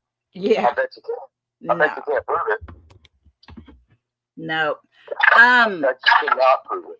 Keely in our chat, she is our chat cheerleader, and she wants to know if you will be her friend. Always. Always, Keely. Always, he'll be your friend. I love everyone. I'll give you a hug from right here, right now. Maybe virtual, it's got to be, but of course, always. Always. There you go, sweet girl. Always. Always. God wants us to all be good to everybody. We're all brothers and sisters. Is that better than a friend, right? We're all related. Yeah. Of course, God, right? So that's it. I have a question for you. Huh? Okay, what do you think about Summer's case and with the new sheriff fixing to come on the scene? Well, Summer's case has always broke my heart. That poor little girl, kind of like Sebastian, it's always graphic, right, little Summer, and it's a hard case to cover. It is. You have, in my opinion, you have, which I believe this is probably, people are going to know that this is, the family members are troubled. Right, they have past, they have substance abuses, alcoholism, sugar warnings, but you know what I'm saying? They have all those things in the family. And what is that? That means that somehow they're a criminal in a way. They don't like law enforcement. They avoid law enforcement, right? And I always felt like if they didn't have to report this child missing, they never would have. But they knew they had to because of the church, because of the school, right? They knew they had to. And I think that the guy that's on this case from TBI, the one that comes out and speaks, like, they don't really do this in any other case but Summer. You know, they did it in Michael Bond. You know, that guy was attached to that case, and he kept his picture on his desk, right? And he talked about it all the time to the media. I will never stop on this case, that little monkey. And Summer, that TBI guy, has done what, every year he comes out, right, to talk, even if it's for a few minutes. Yeah. He still always says, I'm never. That's what you want on a case, but he's only allowed to do what he could do. And I think that with this new information that they recovered from that house, which is kept so tight under wraps right now, that is unreal. I've learned a few things, but from people that I trust, and I just think that Summer, I think something bad happened. I think that after they went to that pharmacy, that this child, and this is my opinion, but I believe she was left in the car by just under the influence, right? And I think it was too hot that day. And she had already been to the watering hole, right? Swimming, burning all that energy, dehydrating. You know, swimming will dehydrate you faster than almost any other exercise. And I think that you add that with heat, and you get a bad scenario. And I just always wondered, why did you take pictures that day? Why did you make a little video, Grandma, that day? Why not the day before that, or at any other event? Why, when she's sleeping and laying on a gallon of milk, would you decide that that's time to take a picture? Right? But that's the time to film a little video of Summer. But you had no other ones from, what, a couple of months? You hadn't done anything like that, and then all of a sudden, out of clear blue, you decide to make a little video, and then y'all pass it around from phone to phone. That's telling me something, right? It's telling me that this was like their alibi. Yeah. In a way, this is what they were going to use. This is all they had. Why? Because they made a mistake and left her in the car. I never felt like it happened at the watering hole or anything like that. I always felt like it happened in that car. And those pictures, to me, were the evidence that it happened in that car. And I think that is very hard for anyone to prove, because the picture was taken, I think, so soon after they probably couldn't wake her up, that it didn't have enough time to really start seeing a lot of the purple around the lips, the ears. You can see a little if you really pay attention to it. Yeah. I mean, a lot of people that look at that photo, ask the chat, how many of you in that photo think Summer was still alive at that point in that picture? If you think Summer was alive in that picture on the milk jugs, put a 1 in chat. Yeah. Put a 2 if you think she was already gone. I say you're going to get at least a 50-50. That's just my opinion. But that seems to be, it's pretty split, I think. It's pretty split, yeah. And the thing is that when you see that photo and you pay attention to that photo, right, it's going to show you what people think, right? Yeah. I think the number probably be a little higher, that they believe that it's possible that something happened right then and there, and that child was no longer with them. So far, it's all 2s. 2s means they think she was okay? No, right? She was no longer alive. Okay, no longer. Yeah, there you go. Yeah. That's what I'm saying. Yeah. What is this telling us? This is your gut, right? Yeah. This is your feeling. This is what your brain is telling you. Well, how many times is your gut wrong? On any of these cases, not just little Summer, any of these cases, how many times has your gut been right? And how many times has your gut been wrong? I bet you it's been right more than it's been wrong. Yeah. And that's, you don't get a high number like that. Yeah. If it's, oh no, she's fine in that picture. And the biggest thing, like I said, is why would they share the picture on each other's phones for? Before they decide to call and report the child missing. Rach says, having worked EMS for years, her hands is what she went by, and she thinks she was unalived. Yeah. Amen to that. Yes. You are the hands and the tops of the earlobe, the tops of her ears. Yeah. That's what I look at too, is the tips of the fingers, the knuckles, around the knuckles. You'll see a lot of whitening around the knuckles. And the tops of your ears, the very tops of your ears. Think about when you're out in the sun, the tops of your ears, they hurt, right? It's from sitting in a little bit of sun. They're so sensitive, the tops of your ears, that the blood that's coming from your brain, when it quits pumping, it starts falling, right? So your ears are one of the highest parts of your head. So that paramedic knows what I'm talking about. If you're going to lose it in the top of your ear first, and then it's going to slowly come down your whole ear. But the very top of your ear, you're going to notice the difference first. And if you go pay attention to that picture, for the ones of you that might, I put a 1.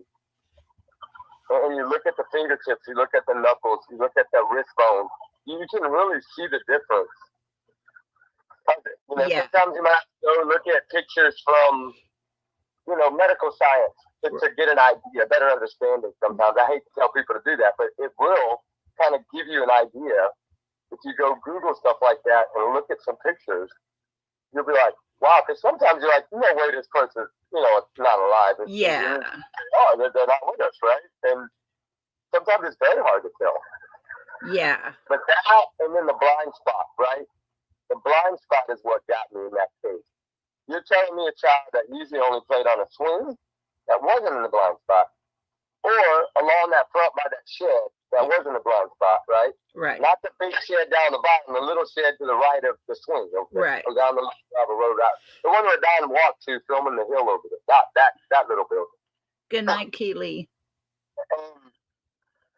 Why would a child choose the hardest place on that property, the hardest path to go down? Exactly. They're not going to do that. Child's not going to do that. Mm-mm. They're going to do what's normal to them, Yeah, who would follow a blind spot to avoid the camera? Who would? Yeah. A criminal. Yeah. Hey, Keely said to tell you good night. Oh, good night. You sleep good. I hope you had a wonderful Mother's Day yesterday as well. Some of them are going down early, huh? Yeah, Keely's going to bed. I'm so sorry for being so late. I had stuff I couldn't. You were chasing a cow. That's funny. But Rach, 2 of them, actually. 2 of them. Rach says this is an educational show. Thank you. Oh, well, you're so welcome. I that's great that you feel that way. Just my opinion of it and the way I look at cases, I guess. Yeah. You gotta say why the blind spot? Why would that be the case? Why would it be of all times that she's gonna take that hardest path down to a road, right?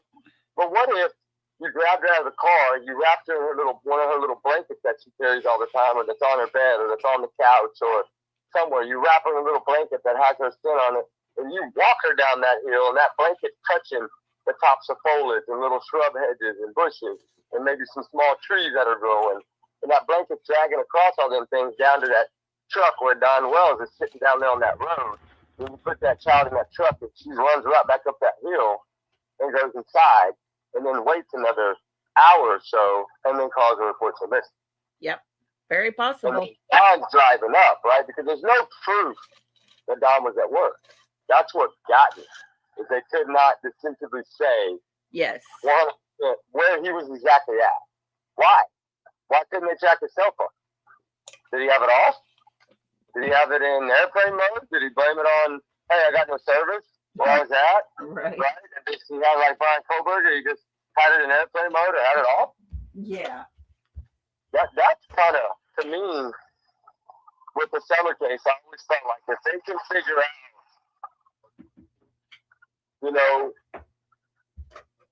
it's going to take somebody, like, I look at these cases that have child protective services and kids involved in them, like Sebastian's as well, Jack and Lily's as well.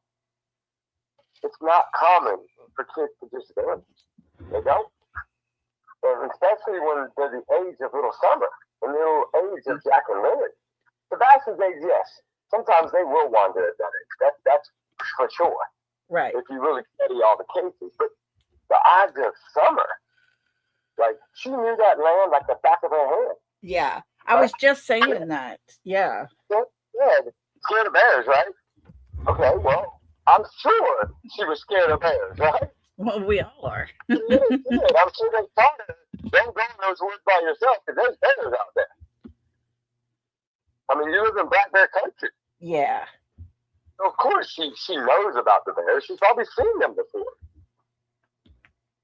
And I've always felt so bad for little Summer because I felt like such a messed up family, in my opinion. This child, only really sense of security she had was that lady at the church, right? That seemed to just love this child like unconditionally. Miss Robin, yes. A lot of people thought, well, maybe that lady. No, that lady's not going to sneak up on a blind spot and steal that child, right? She was the one, I think, maybe calling on some of these occasions about this little child, right? Like the one trying to help. And I know a lot of people did think that. Remember that? Could she have done it, or And I think like the search warrant that they just did, which I knew shocked everybody. It did. Like 4 years, and then that's crazy. Yes. I was like, oh my God. Okay, you got how many tips in this case? Right, tons of tips, and you never went and kicked nobody's door in. Right? And you take electronics, you take all these things, possibly a couple of clothing items, possibly, and allegedly, and a few devices, and maybe a couple pieces of carpet, and a piece of tile. And, when did we see tile taken out of a home last? Right? When did they take tile out of a home, right? Baby Emmanuel, remember? By the washer machine, by the laundry room. They took some tile up, remember? Took some flooring up. When you see that, they're not taking it up just for taking it up, right? Right. Because something is there. And if 4-year-old stuff will take a while for lab. Look at Nancy. Look at the DNA, right? Which I don't believe they had Poor Sky's DNA because I don't believe Poor Sky was in the home. I think that was all, he was paid to go do that as a joke, or as he thought a joke, right? Say a waiter from the restaurant, right, is paid by someone $500. Waiters don't make no money. He's paid $500 to go on a certain night and act like you're gonna break into the home and try to be kind of serious, but be a little crazy too. And I pay you $500. I'm gonna do a little stunt, or we're gonna try to do a scare tactic or something to her.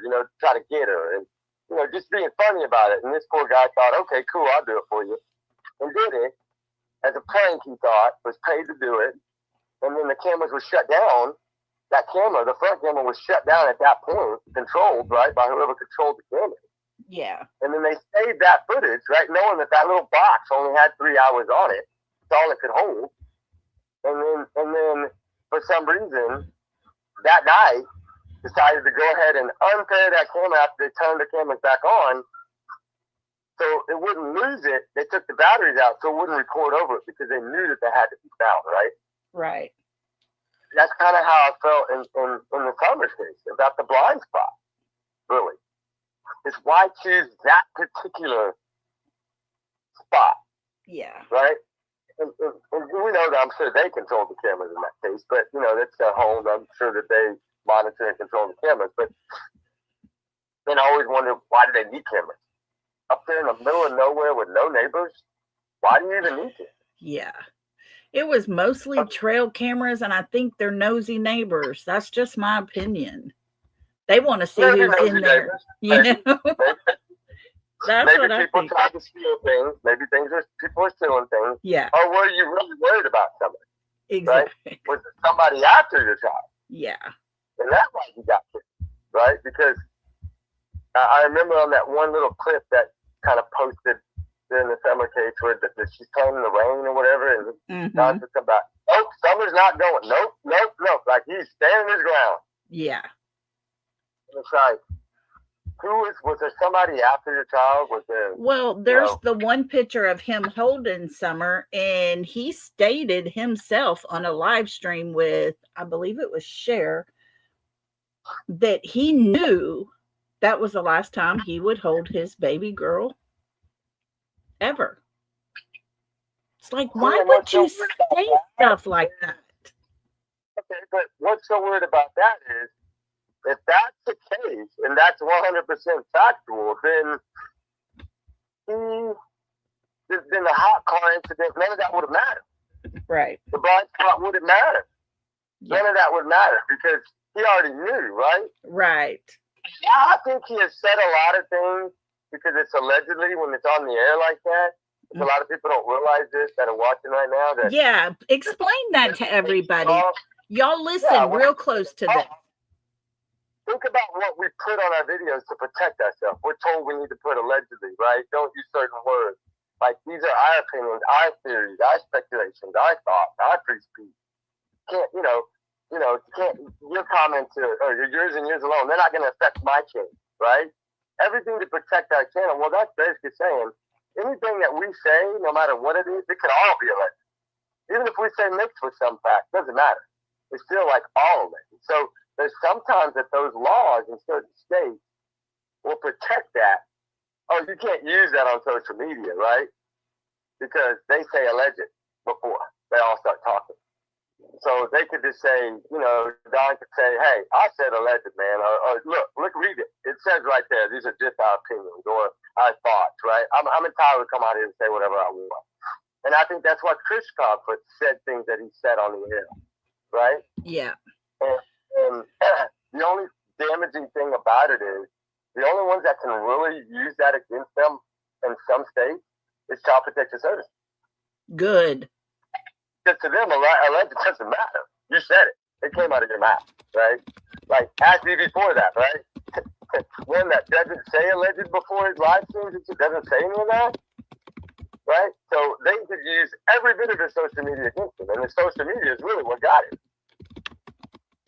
And the Celeste Rivas case, right? And that's the difference between some states, I think, is that some of them will use it, some of them feel they can't use it.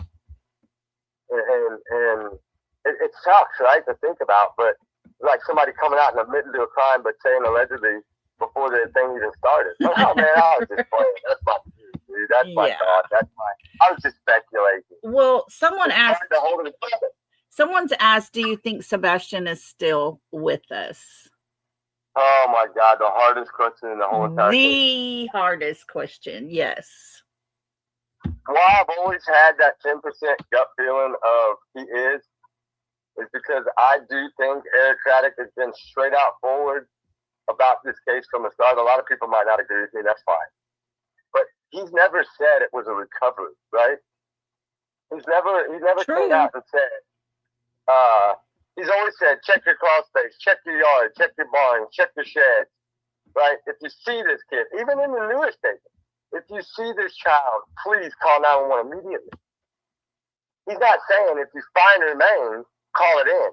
He's saying basically like, to me, there's no proof that he's not with us. I get it. He's law enforcement, so he has to, uphold that. He's saying that he didn't find any evidence of foul play that they could really say was foul play, enough to say it's solid. Yeah. Right? We don't know exactly what they have, right? They got something because they're not clear. There's no way they could go this long if they didn't have probable cause, right? They couldn't get all these warrants. They dang sure wouldn't have got the landfill across state lines warrant.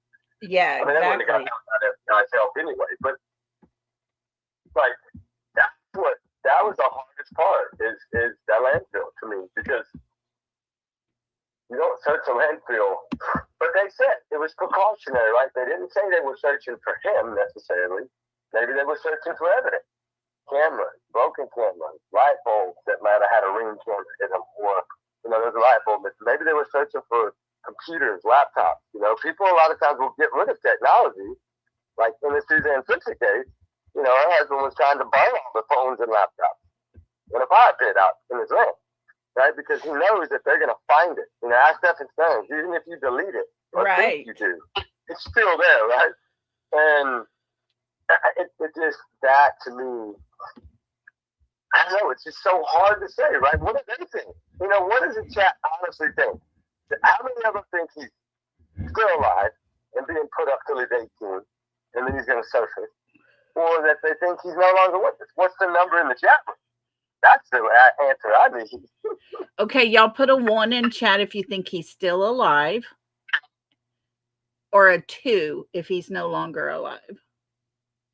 50-50, right? What's your guess? I'm saying pretty close to 50-50 because...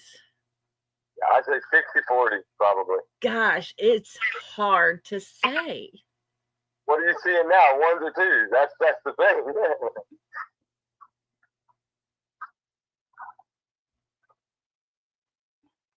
Because 10% of me has always thought I'm never going to lose that 10% until this case is solved. Which I believe this case will be solved. I really do. I think so. I hope so. Like Kristen Smart, right? It might be like Kristen Smart. It might be 30 years, so get ready. But I think this case will be solved before Nancy's case will be solved. See, we got some 1, we got a 2, we got an unsure. You know, I'm on the fence. There's it's so hard because sometimes I think yes, sometimes I think no. Sometimes I'm like, oh my God, I don't know. I wish we knew. In missing child cases, this is where it's hard. This is where everybody's torn that really does their research. Is when you look at the statistic for a runaway or a missing child, you know, 91% of the time they're found safe. Even if it's years down the road. Look at Elizabeth Smart, right? Yeah. Even if it's months or years down the road, over 90% of the time, it's only like 5% that they're not found safe. Yes. And in that 5%, it usually, I hate to say it, but in that 5% of the cases, it's usually Child Protective Services involved in some way. Yep. And if you look at Summer's case and Sebastian's case, God, you know, so hard. Child Protective Services all over both of those. It's like, Sebastian, part of me wonders, was this kid given medicine at the restaurant, right? I've always wondered this too, because if you see when the kid gets out, before he goes inside, what does he do? He covers his ears, right? He covers his ears because of the music, right? Texas Roadhouse plays music outside because they have the intercoms where they can call your number, right? They call your name or whatever if you're waiting outside.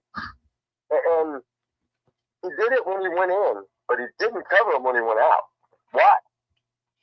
And it's usually louder as the night progresses, right? At the Roadhouse. The later it gets, the louder the music gets. Right. And so it's like, why would he cover his ears going in, but not cover his ears coming out? And he stood out there longer when they left than he did when he came in. When they came in, if you notice, he kind of went straight in. Covered his ears and kind of went straight in to get away from that. And it's like, he was outside longer coming to the car, back after him. So part of me has always been like, if you were given sleep aid right before you got there or while you were there, like we haven't seen all the footage. We don't know what's in the 20 seconds. Right. We don't know if it's only 5 seconds from right there and 5 seconds from another place, and they just put it all into one and took 20 seconds out. Right? It could be 2 seconds here, 5 seconds here, 7 seconds here, and 3 seconds here, or whatever, and then made up 20 seconds, and they took it all out right there. Doesn't necessarily mean that 20 seconds was from right there. Not all of it. It doesn't mean that. FBI is very good at doing that. And they always do it when there's movement. Because your eye is not paying attention to the clock when there's movement. You're looking at the movement.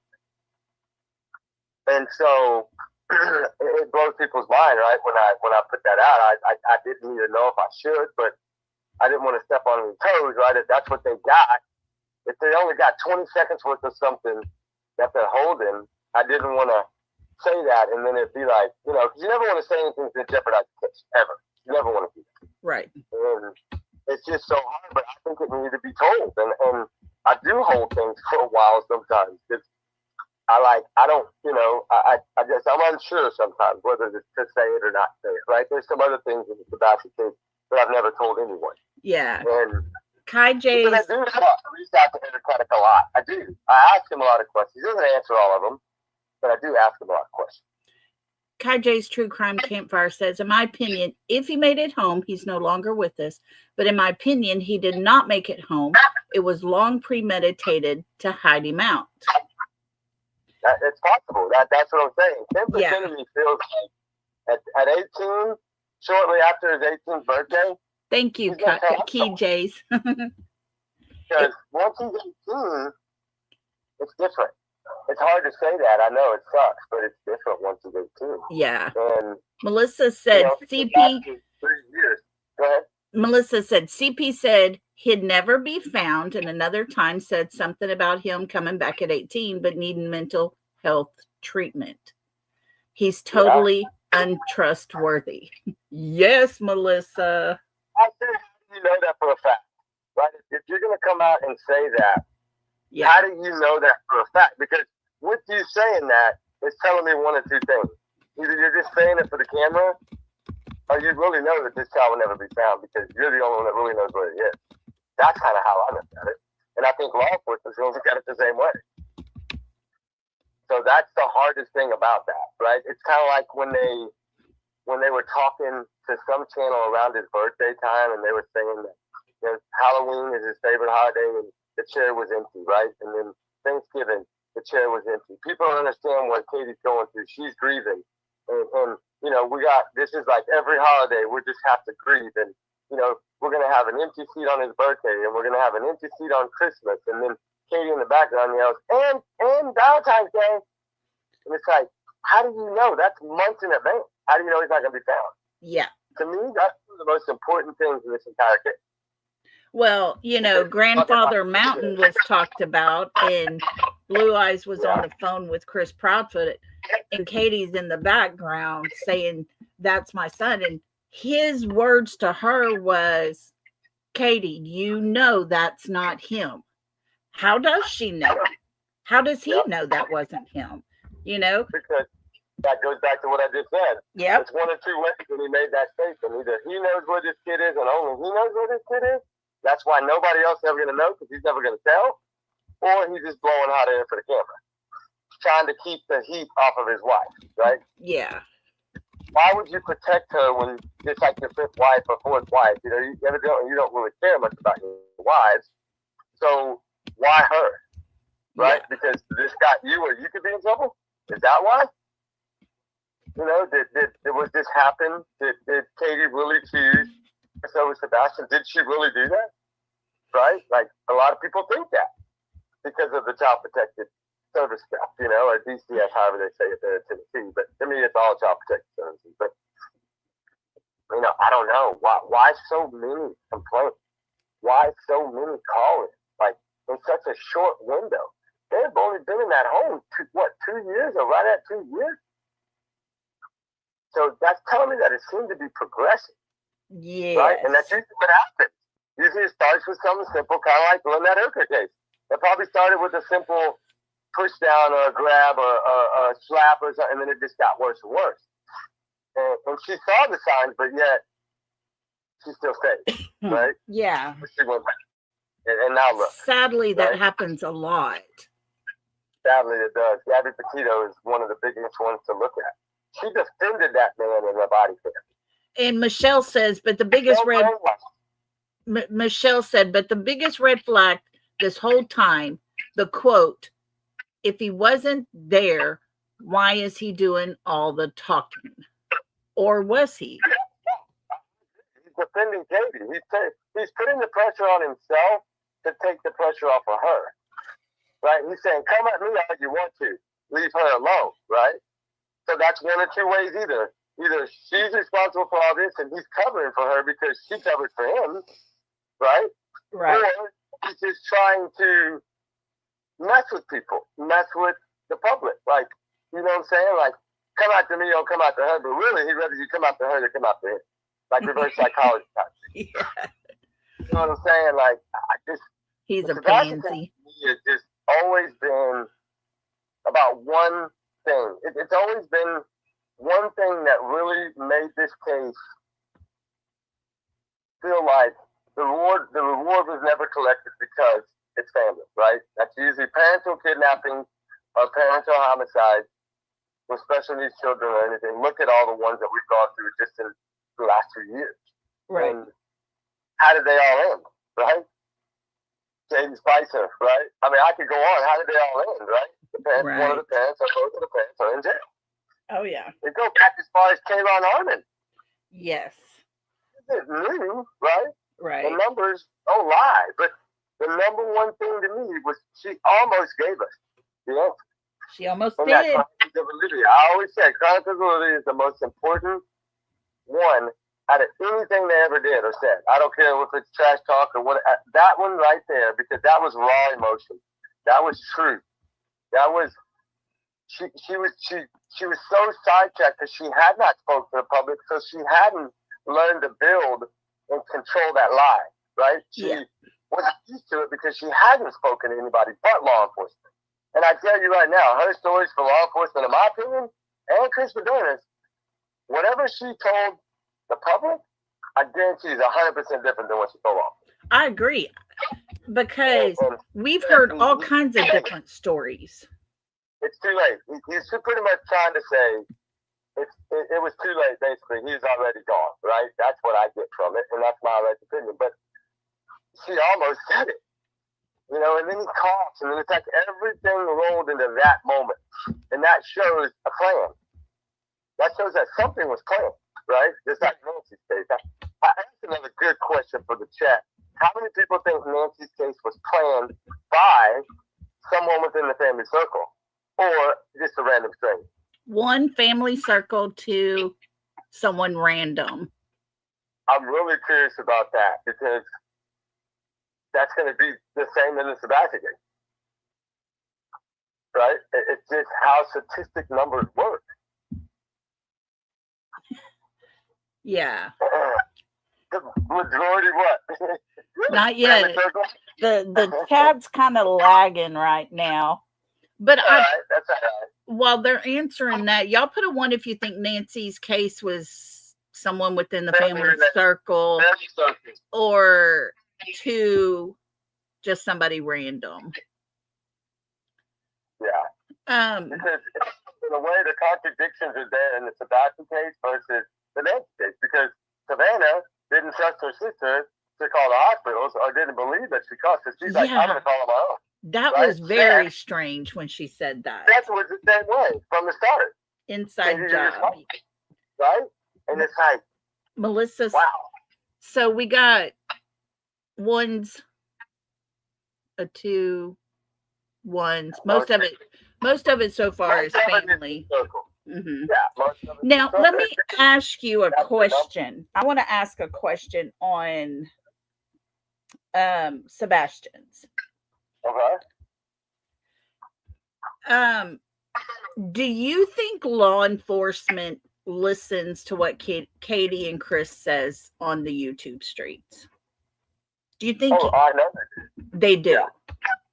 It's in their statements. If you go read all the stuff about the case, right, a lot of it's hard to find. They tell you in there, in that last one, when they took the cameras, you know, why are you going to take new cameras, right? A lot of people ask that question. They took the new cameras because they want to listen to everything they talked about for the last year and a half, right? So they did take cameras. They took the cameras out of the home, the new cameras. Okay, now see, we just had a hypothetical type of scenario, and that's exactly what I said. If they took cameras, they're going to have to go listen to everything that was said after all that time he's been missing. I think I have it. Let me look on the device. I think I have exactly what was taken. Okay. It's on my phone, but let me give me just a second. I'm going to see if I can find that for you. And I think that I do have it actually. Hold on. I find my other device and the lights are off and I haven't been inside yet. Everything is dark. Now, TJ says here, William Christopher Guy, allegedly part of CB's family, Kathy Bowerstock's family, is in jail right now. He needs to be interrogated about Sebastian. Oh, who said this? Somebody in chat, KJ's True Crime Campfire. Okay. That's a good thought, though. I wonder if he knows anything. Because he got arrested for SA type of stuff. Oh, wow. That's, man. You talking about the one that he's like 20, or is this like somebody older? No. He was a younger guy. But he's part of Mommy's family. Oh, okay. Let's see. I'm trying to find the search warrant thing. I think I have them actually. Hold on. Let me see if I can find it. It says in here one of them, they put it out and they took it down. Remember? Yeah. I grabbed it when they put it out. Good deal. County.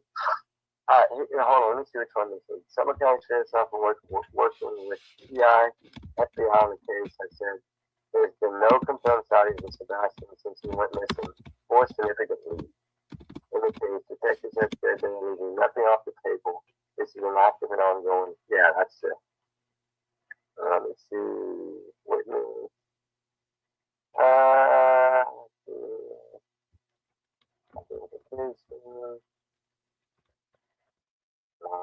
You know, when you want to find something, you do it. I know. I know. I'll find it. I know it. I know I have it. Yeah. What was taken. But I made the comment that, you know, if Katie and Chris got in an argument one night or something like that, oh my gosh, at the things they could have said and could have been caught on camera. Oh, you can't imagine, because they didn't think they're going to come take their cameras. Yeah, right? They already took them once, right? Yeah, they never thought that their cameras were gonna come take new cameras. Why would you think they're gonna take new cameras? They don't do that. Yeah. But they can also track old subscriptions through newer cameras, because if you had an old subscription, right? Which there's some stuff that I've learned, but I've never really said much about it because I have no 100% proof of it. But that DCS had ordered cameras in there because of faith, that they had to have a camera in their home because of faith. Oh, did y'all hear that?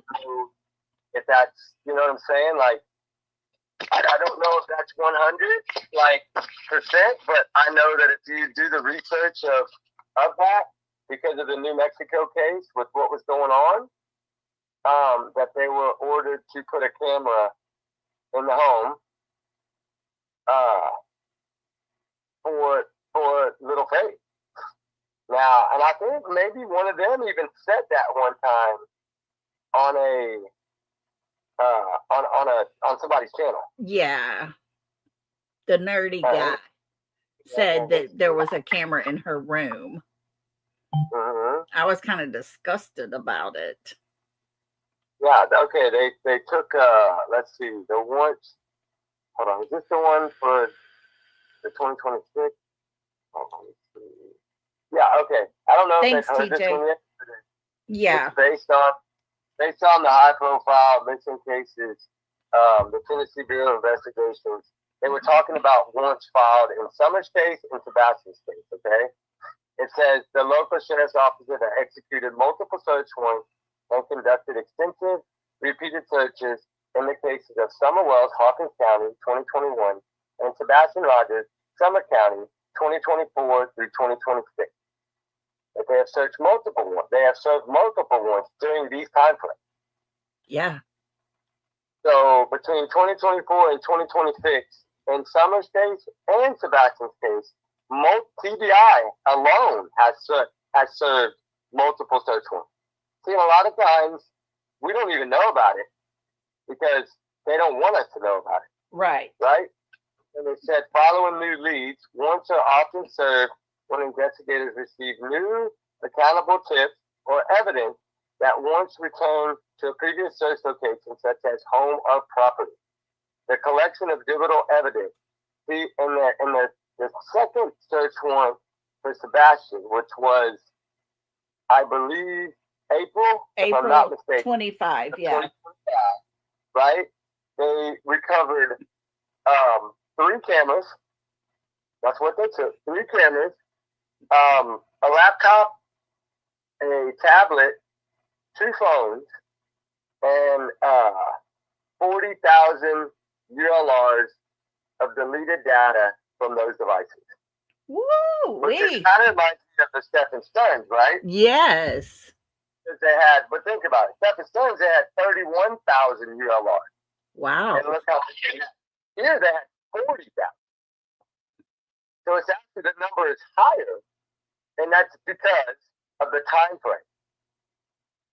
Right? The time frame was longer in Sebastian's case than it was in, Malin Soto's case. And Malin Soto was found pretty quickly because, thank God for one hero, right? Yes. That remembers seeing that car, because the odds of her being found were about 3%.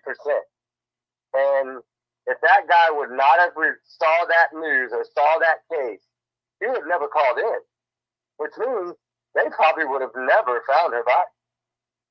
Thank goodness So for that, I always man. said, that guy is a hero, because most of us, how many times do you see a car pulled over on the shoulder? Sometimes if you're driving on a trip, you might see 10 cars and 50 miles pulled over. You don't ever remember what they are, but for some reason, Right. I say it's karma. I say it's karma and it belongs to God, but Yeah. that this guy called it in, because most of the time people don't want to get involved. But this man or woman, right, I think it was a gentleman, right? Yes. Was brave enough to take that shot and call in. And what did it do for the case? It solved it. It because broke found it her body. wide open. Yes. And then it answered all the questions that law enforcement was already looking at. Yeah. It just sped up that process because somebody spoke. Yeah, it did. It did. Okay, another question. If he's being kept, talking about Sebastian, where do you think? Private or a facility? You know what? No facility. The FBI would have found it. Secret Service, I'm sorry, would have found it. Maybe not the FBI, but Secret Service, they would have found it. They have databases. They can tell you who's in what school. It doesn't matter if it's an underground school, if it's a black market school, if it's somebody that takes cash, if it's somebody that they would know. Because believe me, anything that was in those 40,000 ULRs, if it had anything to do with any school, which supposedly were searching schools, anything that they researched, they know. So, yeah, I think if he was in a facility, the big as his case was, somebody would have done the right thing and said, hey, we have this kid here. I'm sorry. They'd have called, 911 and been like, this kid is here, right? We didn't know. We just found out. But somebody would say something after this long time. Now, the sad thing about that is, look at Elizabeth Smart's case. She was right up the hill. Mm-hmm. Right up the hill. Like, she heard the searchers calling her name. Your mind. Exactly. She saw the helicopters. Yep. But yet, it took 8 months. She was right there. Right. He walked her. He didn't put her in a car and take her.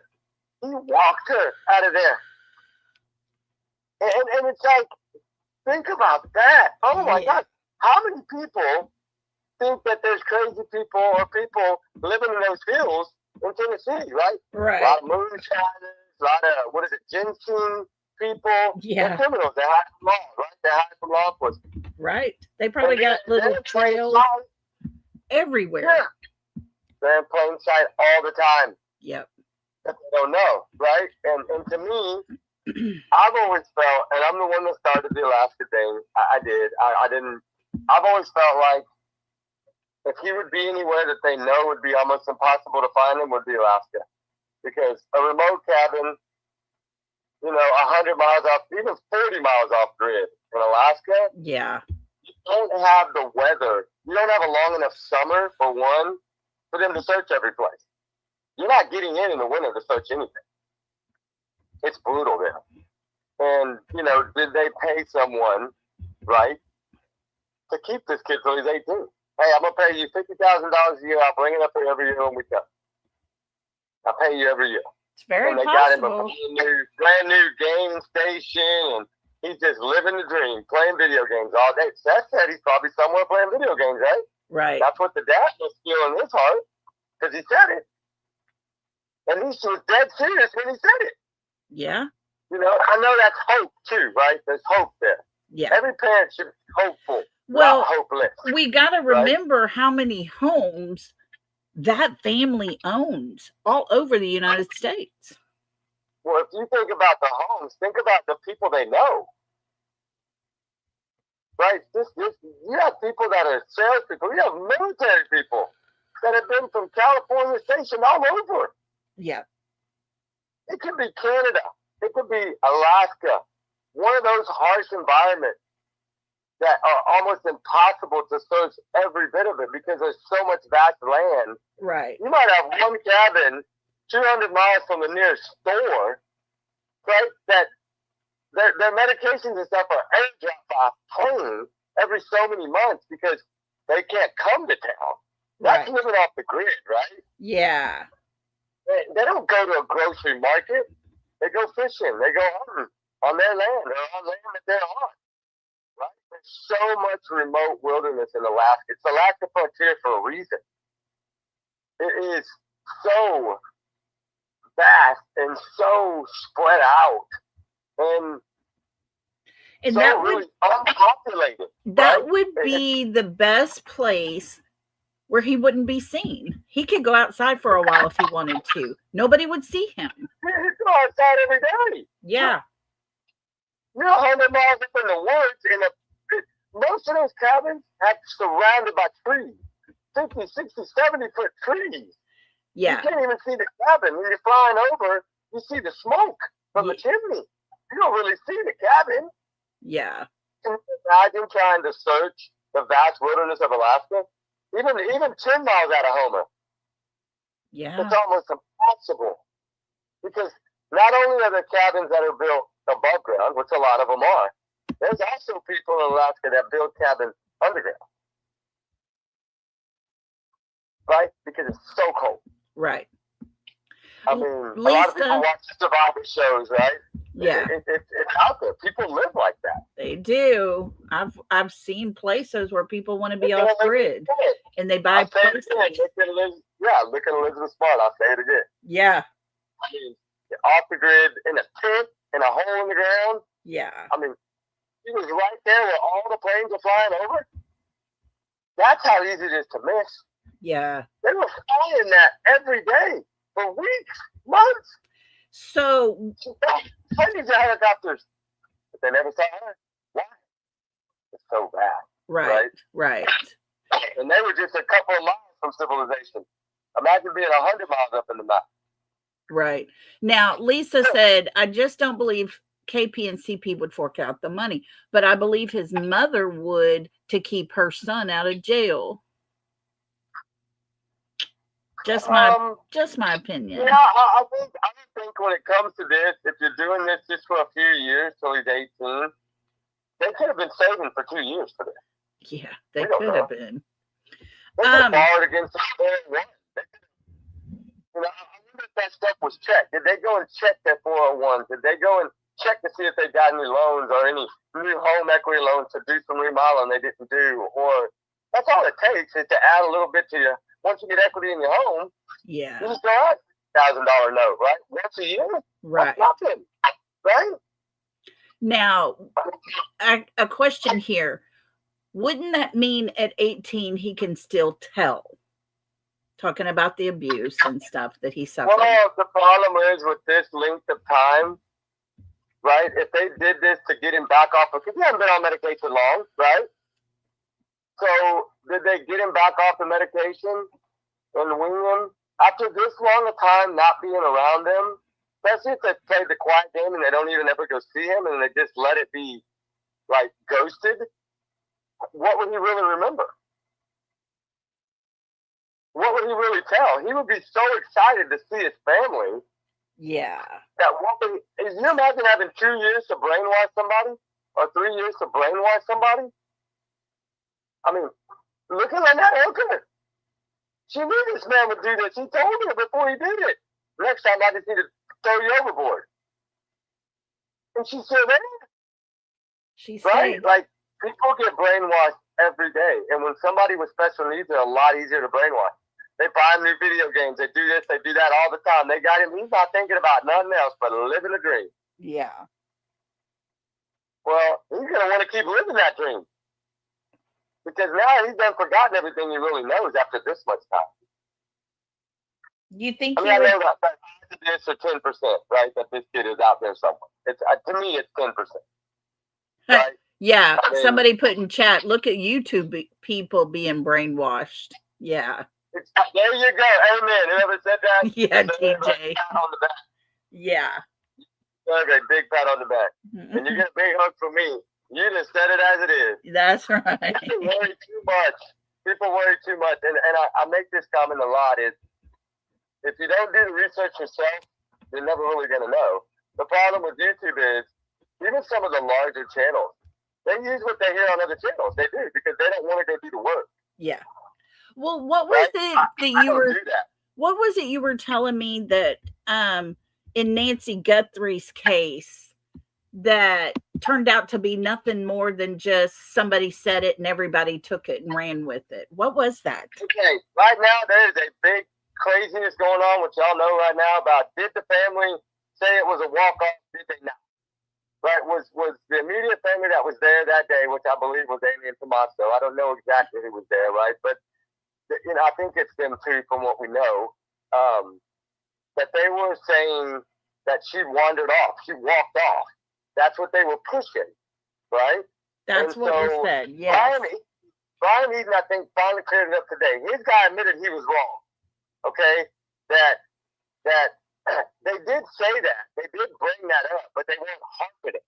But they did bring it up as, hey, the doors are propped open, the blood on the front porch. Do we think she called an ambulance for herself? And that's what happened, right? And did she wander off, or did she fall and hurt herself and walk up to the front door and try to get in and couldn't, and then had to go back around and then call 911 or call an Uber to come pick her up, right? At first they were saying no, the police was arguing that she walked off. The family was saying she never walked off because of what Savannah said, right? But because Savannah said she would never wander, she could barely check the mail on a good day. Yeah. But yes, what Brian even cleared up today was the Puma County guy that works for that sheriff's office walked back what he told Brian, I guess, over the weekend and said, yes, they did bring it up, but they weren't harping on it. But they did bring up that they thought she could have wandered off. And that, so there's really, it's been going back and forth for a couple of weeks. Like, well, no, they didn't say that it was sheriff. And no, yeah. yes, they did say that and it wasn't the sheriff. And now it's a little bit of both. It's what we're learning now. I think today Brian cleared it up pretty good. And he said, hey, my sheriff guy walked it back and told me, hey, I'm sorry I lied to you a little bit. You know, I was told by this source that, yes, they were harping it and hounding it for a while, but I learned that they only really brought that up a little bit in the beginning, and then it kind of faded. So, yes, they still thought that she wandered off, Annie and Tommaso, but what confuses me about all of that is, why would Savannah question to call the hospital? Right, if the doors are propped open, it looks like a stretcher was took in and took out. I get it, how they could see that, right? How they could catch that and think that that's possible, right? But Savannah clearly, Annie told her, the sheriff's already here. I've already called all the hospitals. And what did Savannah say? That's her sister. Like, what would you say? You'd be like, okay, well, what's next then? What do we do next? Right. You wouldn't say, I'm going to call the hospitals myself. Because that's basically saying, I don't believe you, sister. Yeah. I'm going to call him my damn self.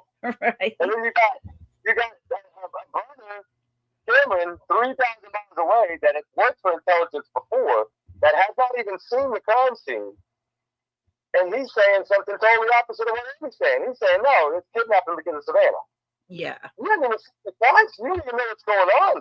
You may have been explained a little bit about what they're seeing by Annie, but how do you come to that conclusion when the cops don't even know that yet? And they're on scene. That kind of really got me. And I'm not blaming them or anything. I'm not saying they did this. No, that's not. I'm just saying that it's odd that 3,000 miles away says one thing. The ones that are right there, that's supposed to be taking care of this woman every day, are saying she walked off. Yeah. Right? One saying walked off, or they called an Uber or an ambulance. And the other one saying, no, it's kidnapping because of Savannah, celebrity status. And Savannah saying, I don't believe either of y'all. I'm calling hospitals myself. Right. Mom, can you go check the mail? Right? I know she Yeah. didn't walk off. And that's why I think Savannah said that, is because she was trying to say, hey, no way she walked off, sister. No way. Yeah. Right? If the paramedics would have got her, she would have her phone. She would have her purse. She would have her medicine. Right? And a lot of people wonder, why didn't she take her medicine? This is a woman. I bet if you ask anybody in your chat right now, if they take medicines daily, I guarantee you they don't forget to take them. Maybe once in a blue moon. Ooh, I know I don't. If it's going to keep you alive, you're going to take it. If it's You're gonna not gonna forget. if it's gonna keep you from hurting, that's why I take my medicine. I don't forget it. Yeah, so the only reason that you wouldn't take your medicine would be what, Reed? That you weren't awake to take. Yeah, if I was sick and sleeping a lot or something like that, maybe. You're not awake. If you were dropped off 12 minutes ahead of time. Yeah. If you would have been awake, you would have taken your medicine, right? Yeah. Oh, 100%. Yeah, that would have been the first thing you did, right? It makes it look like the time. Why are they opening the garage at 9:48, closing at 9:50, 10 minutes before she takes her medicine? Is that when they knew they had to have her home so she could take her medicine? And is that a routine? Right? You hang out with us on Saturdays. We take you home by 10 o'clock. Before 10, so you can take your medicines. Okay. That means she should have taken her medicine. Right. You walked in the house. You saw her in the house. That's what we're being told. So why didn't her medicine, the one thing that's her lifeline, why didn't she? She plugged her cell phone in. She plugged her Apple Watch in to charge them, right? But she didn't take her medicine. She took her hearing aids out. Right. But she didn't her take her routine, probably every night, the things she does. She misses her medicine? No. I would like to know if her routine was to come home at 9:48 at night, or if it was to be home before dark at that age. Yeah, exactly. Right? How many times did she come home that late? Yeah, makes you wonder. You gotta look at. The saddest thing for poor Miss Nancy is they don't know. They just don't know. The only thing they can prove, which would never hold up in court, is a garage door opened for 2 minutes and closed, and the pacemaker went spiking at 2 a.m. and went offline, disconnected from the app at 2:28 a.m. Yeah. The 28-minute window is all they can say. Nancy, we know Nancy was alive for a 28-minute window. That's all they know. Yeah. That's all they can say for proof. Right. Because that pacemaker is not going to lie. But the one good thing about a pacemaker is if it ever gets a free Wi-Fi connection, wherever it is, because it could still run for another 5 years, we don't know.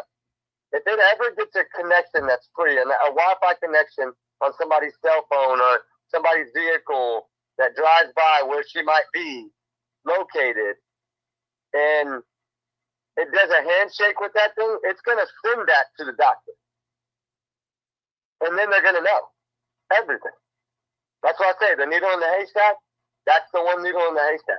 Right. Either you find this woman and you find the truth, or she gets somehow, by the grace of God, they get lucky one day that a free set of Wi-Fi gets close enough for it to grab to a handshake to. Because I guarantee you, they have that thing locked into a system right now that if it ever shakes hands with anything, the FBI is going to know. Right. I guarantee you they are tracking that signal, that number. And if it ever shows up anywhere, even on a handshake, they're going to know exactly where it's at. Yeah. That's why they did the helicopter, the skip. Remember, I put that out. Please put that phone or Apple Watch on a damn drone and start flying it. I begged them to do that early on. The first day, I'm like, put it on a drone and fly it over every house in that neighborhood. Get 20 foot off the ground, fly it slow, program it to do a grid, and let that drone run with that phone and see if it pairs. Because I've always thought she's within 2 miles. They could have covered a 2 mile area with a drone with that phone strapped to it, low to the ground in a few hours. They would have had an answer if she is close to that home. They would have been able to pick up that pacemaker if they would have just done that. Yeah. Instead of trying to build some fancy gadget to put on a helicopter that there's no guarantee it's going to reach the ground from that high. I mean, I did a video. I think I didn't do very many on Nancy in the beginning because I just like, this is crazy. They don't know anything, right? I was looking at the facts. They didn't know nothing. And the only thing they had, the only one tool they had at their disposal was that pacemaker. That is it. Everything else was left behind. So all they had was a pacemaker that they needed to find immediately. And they didn't do it. And it doesn't, you can't tell me that sheriff's office and the FBI did not have drones that they could have utilized. They could have cloned 10 phones. They could have cloned their phone like they did Caleb Harris's phone. They could have cloned it, put that device on it, strap 10 phones to 10 drones, fully charged batteries, and fly every single area around that whole entire Catalina foothills, all the way up to the top of those ridges, 15 feet off the ground, and let them fly and let them program. And I guarantee you, if she would have been in that area, if she is, which I believe she is, somewhere within that area, they would have found her just like that. Right. Would that suck? They could have found her. Yeah. It's Now, very if sad. she's 50 miles away, if she's 50 miles away, no, then they're not going to. I get that. But if she's in that immediate area, Right. they would have found her. Right. Definitely. Well, And listen. it's not. Oh, go ahead. Go ahead. Finish what you're saying. No, you go. Shoot. I was just going to say, I've been on here Okay. for a No good problem. while. No problem. Thank you, Army Vet. He said, great show. Thanks. I enjoyed it. Yeah. I Anything enjoyed it. you want to say, basically just wrap up. Anything? All we can do is keep our hope, our faith alive. Keep praying for all these missing children and women and men, and keep them in our prayers and ask God to please give them the answer. Just like Kristen Smart, we're seeing a new big development after 30 years. Yeah. Like, are they going to finally find this child's body to give it to the family for one? Is it finally going to happen? Never give up, basically. That's what it is. Never give up. That's what I said earlier. Never give up. This gives us hope. Yeah, be hopeful and not hopeless. That's right. That's a really good way to sum it up. You know what I mean? Yeah. Don't be on a roller coaster. Don't be on a roller coaster of hopeless and helpless. Be on a roller coaster of full of hope and full of prayers. Yeah. Because true parents never give up. That's right. Never. True parents do And not. If y'all want me to have me back, great. Thank you so much for having me. It's a wonderful blessing. Thank you. And Yeah. if they ever want me to come back, let me know. I will. We'll do it again for sure. We'll try to do it once a week at least. Because That's this cool. was That'd be cool. great. We had good questions tonight. And I think we need to figure out a way where we can do somehow a call in where they can call in and ask the questions. Like, you Yeah. know? Yeah. Like somehow set up a second Google number or whatever to where Yeah. you could have two lines, right? They could call in. I could be on one. They could call in on the other. And then they could ask questions they want to ask and, over the phone. Yeah. That way I think it would take more of I think it would give them more of a closer, encounter. And they could, that way I could kind of put a voice or a voice with a face kind of thing type thing, right? So I'd be Yeah. kind of hear them. Yeah. I can't see the chat or anything. So, Right. if I could at least see some, because I'm sure there's a lot of questions we missed, right? A few, just more of comments, but we had good questions coming tonight. That's great. Well, y'all all have a blessed night. Hugs for me and Ruby for sure. And it was wonderful. Thank you so much. And that's all I got. All righty. Well, go give Ruby a treat for us. Well, y'all have a good night. I'm gonna hang up now. Y'all be good. Y'all be safe, guys. We'll chat soon. Thanks for coming on. I appreciate it. No problem. Be good, and we'll talk another day. Okay. Bye-bye. All right. Bye-bye. Guys, I hope y'all enjoyed that. Great information and the way Rich looks at cases and thinks and some of the things that he learns and his contacts that he has. It's always good to hear someone else. So thank y'all for being interactive tonight and hanging in there with me. I know we were on, longer than normal, but it was good. I enjoyed that. The questions were amazing. Thank y'all. And I hope y'all enjoyed it as well. And we'll stay on this. Like I said, I want to stay on top of Kristen Smart's case because think about the technology they had 30 years ago when she went missing compared to what they have now. So with all the technology we have today, Summer can be found. Sebastian can be found. And don't give up hope on Sebastian. They are working this case. They're working Summer's case. Nancy and Lynette Hooker, their cases are very active because they're so new. But we're not going to let these little ones be forgotten because they deserve their justice just like everybody else does. So we're going to stay on top of it. I appreciate y'all all for coming, being with me, hanging out tonight. Like I said, guys, please make sure to hit that like button if you don't mind. If you think any of these videos are worth it, hype it out there. Let's get the information put out there. But I want to say thank you to those who gifted tonight. I got some really cool little things, some flowers and dice, those kind of things. Thank y'all so much for that. I really appreciate y'all. And we'll be back again tomorrow. I want to cover some stuff with Sebastian. Just kind of go back over some of the wording, because like I said, with the Amber Alert earlier, less than 28 hours, they had found enough evidence or information to be able to issue that. And so, I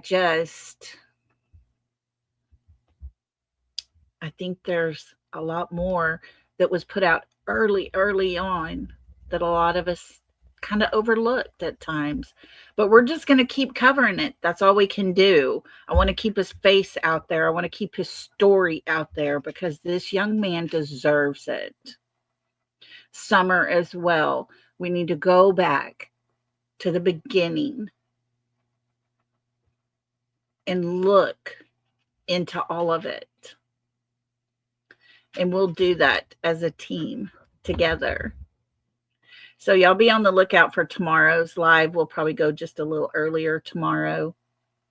But thank y'all so much for being here, hanging out. Y'all are amazing.